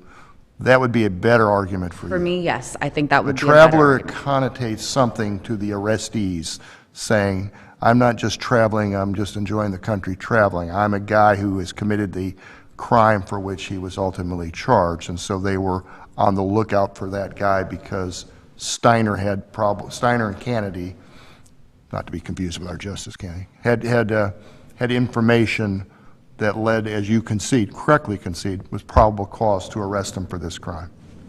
I think that the issue here is that Montez Valaton, which I will submit to the court, I don't think is the clearest on this issue, requires more. The opinion says, Justice Kennedy wrote, it requires more than general communications. I don't think what we have here constitutes more than general communications. If this court doesn't agree with me, I think it might be worthy, if you thought it appropriate as well, to submit it as a question of great public importance, because I think I do concede that in Montez Valaton and these other cases, there's discussion about ordering, you know, an arrest to be made, but then in Montez Valaton, what's stated is that there needs to be more than general. I think that it is, to meet the standard of the constitutional requirement for probable cause or reasonable suspicion, there needs to be just a smidgen more. Steiner's there, though. I mean, he's not right immediately at the Wawa. He's across the street, though, right? So this is not, I'm calling in from Jacksonville or wherever they're all from, Sanford or whatever. He's there, he just is not the one. I mean, I guess there actually is some question in the testimony as to whether, and if the judge actually found that Steiner did the arrest, which sort of, there at least is some suggestion that Steiner thought, well, maybe he did arrest him after all, which obviously then we wouldn't be here either.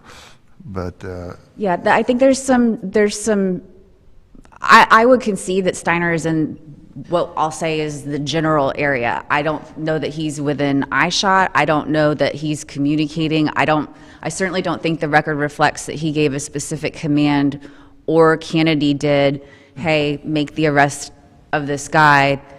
I think that on this record you have, Platter and Myers who have a picture of a guy, they're told he's a traveler, and then whatever connotation they take from that, I think that that's not specific enough to establish an articulable suspicion or probable cause to justify Detective Platter blocking in the vehicle. But they know what that means, though. They know he's a traveler committing the crime of traveling to meet a minor for the purpose of having sex. So I think that's a conclusion, though, and I think conclusions are not sufficient to justify, the level that's required for reasonable suspicion or probable So if cause. Steiner would have said, please arrest this traveler, he's a traveler to meet a minor to have sex. I think all Steiner had to say, or Kennedy, was, if you see this guy, we have information that he was chatting with Detective Steiner, who was posing as an imaginary 14-year-old girl. He's coming here to meet up with the understanding that they're going to engage in sexual activity. I do not, and I think that's the problem. I don't think it's overly onerous or impractical, even in a situation which I don't see that on this record, where it was like exigent circumstances and it's emergency and they have to act super, super quickly. I think, obviously there was enough time here for that to be communicated, and instead we have a record where Detective Platter and Detective Myers have barely any information about this at all. All they're told is this is a traveler, and they're showed a picture, and then Can I ask you a question, though? Can I ask you a question? What evidence did you seek to actually suppress? In other words, what evidence was seized or gathered as a result of the arrest? So I know that trial counsel, I wasn't trial counsel, but I know that trial counsel for appellant had sought to suppress identity, and then also the cell phone was seized, there was a search conducted, and then the cell phone was seized immediately following the blocking in of the vehicle. Put the iced tea on the car, put your hands up, taser out, they get the phone. Well, they had all the communications, right? They also had him coming to Wawa, which was by itself pretty incriminating. So how could identity have been suppressed? Because Steiner was there, Detective Steiner was there. I don't know that was fleshed out very thoroughly on the record in the suppression hearing. I don't think the trial court obviously was really focused on that. Obviously the trial court was of the opinion it didn't really even need to hear from the state that it was finding that there was sufficient evidence of fellow officer communications. But I do think at a minimum, if the court wasn't to find that identity was something that was suppressible here, that we have a cell phone, and they take the cell phone immediately after seizing him, arresting him. They take it, they use it, never gets it back. So I think it's the fruits of the poisonous tree. I think on Judge Carvula's question, you said you were looking for us to discharge him from prosecution. Even if we were to agree with you, the state still has evidence to then go forward on the case, correct? They agreed this was dispositive with regard to reserving the right to appeal, is how I understand it. So you're benefiting from that broad use of the term dispositive by the state. I mean, I know we have Churchill versus State that says once the state says it's dispositive, then that's the end-all be-all of our, we as an appellate court can't second-guess that, although as I think Judge Boatwright's pointing out and Judge Carbula is, this really isn't a dispositive motion. If you threw out the cell phone, you still have other evidence that would readily support prosecuting your client, right? I don't know if I It agree. doesn't hurt you to say, yes, that's right, Judge, because Churchill says it's dispositive, therefore it's dispositive because they stipulate it's dispositive. So, yeah, for the purposes here, if you win, because the state has committed to it being dispositive, they can't go back and say, well, we've changed our mind, let's go to trial.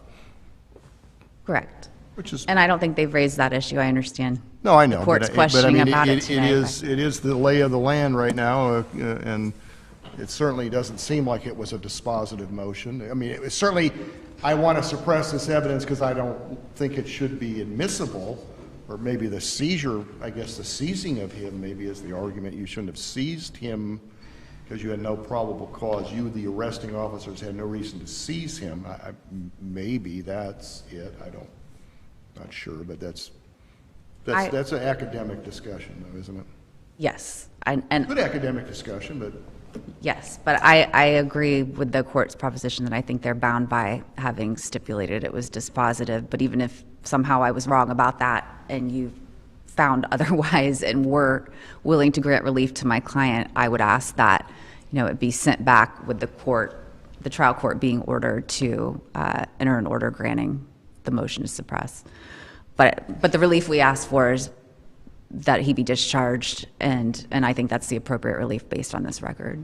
yeah, I mean, if it's reversible error because the state stipulated below it was a dispositive motion, then there's nothing further by law that they can do regarding the prosecution of this client regarding this incident. Not to my knowledge, no.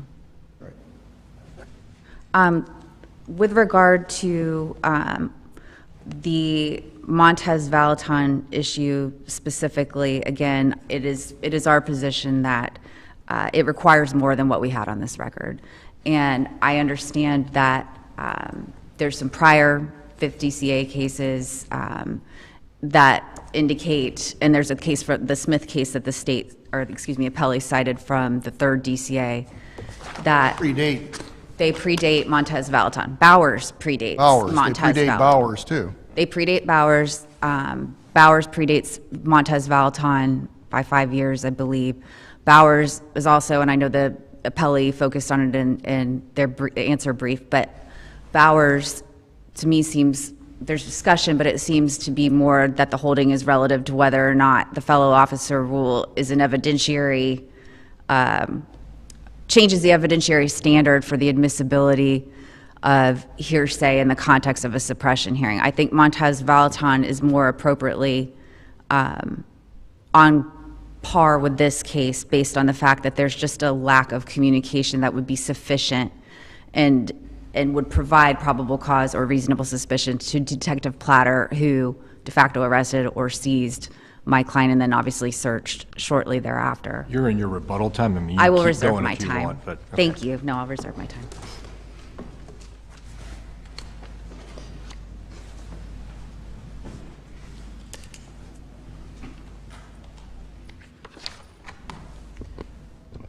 May it please the court, my name is Kaylee Tapman on behalf of the state of Florida. The trial court properly... You agree this was not a dispositive motion, right? Yes, but I you're stuck with understand it, we're bound, right? yes. Okay. The trial court properly denied the motion pursuant to the fellow officer rule. I believe that there was more than generalized communication here. Everyone knew that they were there to meet a traveler that was to arrive at a designated time with possibly out-of-state, vehicle tags who matched the photograph that they were given. It appears that this court is well familiar with the state's position. If there are no... I mean, the general allegation or the general comments are that here's a picture. I mean, that in and of itself wouldn't be enough, right? I want you to arrest. If Steiner said, here's a picture of a guy I want you to arrest, that wouldn't be enough, would it? That would be a directed, he would be directing a different officer to do so. Yeah, I mean, I guess Sure. Following up your opponent's argument, yeah, if Steiner says, I've got a guy who I have probable cause who committed a crime, here's his picture, please go arrest him, that would tend to fall in the general, I mean, I know the fellow officer rule, the flow of the information that's imputed to the officers in the chain, I get all that. But I mean, what your opponent's argument is, there has to be something more than just, here's a picture, trust me, I got probable cause, go arrest him. Sure, Or here's a picture and he's going to be driving this white vehicle with a plate. sure. Okay, but, all right, so we're getting, you know, I get to, since it's my conducting of the show here. Absolutely, but here, It's the term traveler. correct. It kind of, I guess, takes it past the, you know, if I just said, please arrest this guy in a white car and he looks like this, there probably should be a little bit more. But when I say he's a traveler to the group of officers who are in that unit that arrests people who travel to have sex with minors, that takes a different connotation. That's more than just a general comment, I guess, is your scenario. It's a direct order that comes within the Montez case. Correct. Here, it's the use of the word traveler, as Platter testified, traveling charge. Everyone knew what that meant. Everyone in the unit worked on these cases day in, day out. They had all conducted many and been the extras on over 100, Detective Platter testified to. And so they all knew that we're here to arrest a traveler. They also knew in this context that the generalized way these investigations worked, it was that after the undercover officer had probable cause, he would run it by Sergeant Kennedy, who would agree, and if Sergeant Kennedy agreed that there was probable cause, that's when they would set up this meet. So by Sergeant Kennedy and Detective Steiner saying, hey, we're going to go arrest this traveler, they kind of knew that someone had already, at least 2 people had reviewed it and believed that there was probable cause to arrest said person. Just out of a curiosity standpoint, I guess, as you have 17 minutes, when you or your office leaves an oral argument like this, where you understand what the issue being raised and the extension or non-extension of this doctrine, do y'all ever go to the prosecutors, the state attorneys, and say, you know, not for nothing, if you want to make our jobs easier as the appellee on these cases, could you please tell your officers when you have a scenario saying, he's a traveler because he was online with me and I was posing as a 14-year-old and he said he wanted to have sex with me? Do you ever act, you decide what you want to decide, but that would seem to, I mean, your opponent correctly concedes that if your Steiner would have said that, then we really wouldn't be, I guess we theoretically could have an argument, but she wouldn't have a very compelling argument.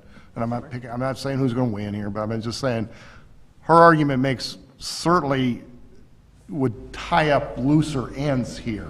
Absolutely. Now, I mean, so do y'all go say stuff like that to the prosecutors? Like, you know. I think we do sometimes. We used to have little seminars on various topics throughout the state. I don't know that we've done that in a while. I will happily call this prosecutor after this OA if you'd like. I'm not saying how the state ought to do their job better, but I mean, I think your opponent makes a valid point, saying if this is the rules we have to live by, that's directed by, you know, Supreme Court precedent or whatever, and that's certainly their prerogative to set the precedent as they seem constitutionally appropriate in various factual scenarios, that, you know, it ought to be clear for everybody, and so that you don't have these discussions that, you know, when somebody is being arrested, the person who's arresting them knows exactly why they're arresting him instead of you're a traveler. And I'm not saying, I get that the people did the arrest, they understand the term traveler, they're in that division of arresting people who travel first to have sex with mom. I get all that, and I understand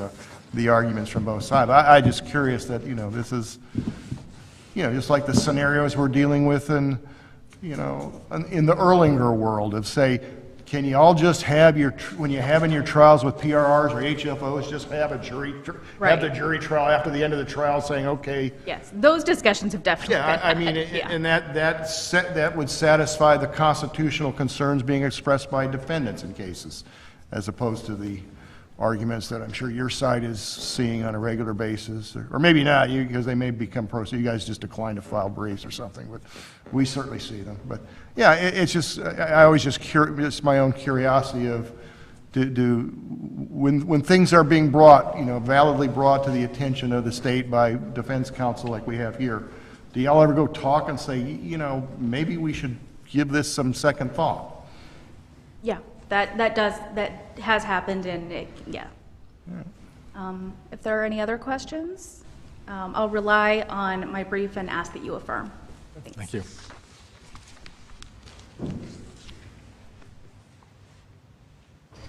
And you'd like them to go tell the, Yes, and I think it's in the record that Detective Steiner said that after this incident that they started doing things this is more of a general statement, but that they started doing things, I don't want to misstate what he said, but yeah, I think he said more precise. There was two issues. One was about getting the videos from the Wawa, and then the other was, I think in the context of this argument, that they're a little more thorough in their communications. I don't think he said it quite like that, but I think that's what he It's not like they're meant. reading a Shakespearean novel, they just have to say what we've talked about. I think it takes 5 seconds. 5 seconds. Yeah, Here's it's why not a I big want you deal. to arrest Yeah. this traveler, this is what he did, and this is what, and I've talked to Kennedy, our sergeant, and here's the picture, go, that's the guy.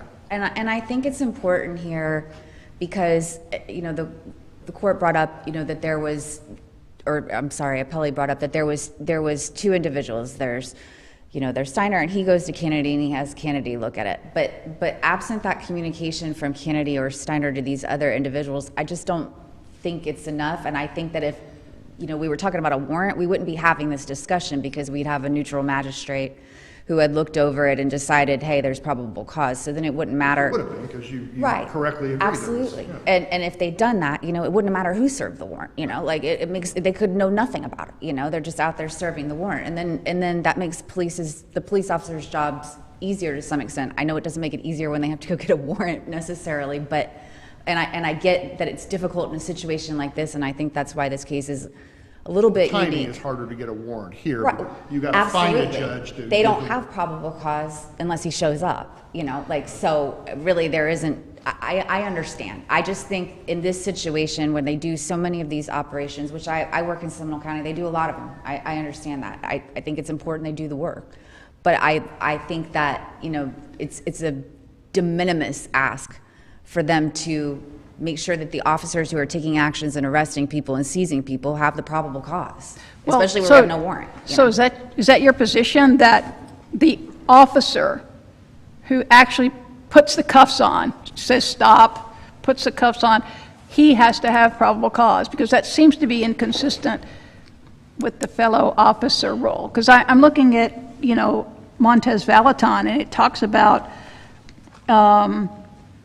basically no communication. And here the record seems to support that Officer Platter was told, we have a traveler and who's going to meet at the Wawa, but that he also used his other knowledge about his work, that he knew that Officer Steiner posed as a 13 or 14-year-old girl, that traveler meant the crime of traveling to meet a minor.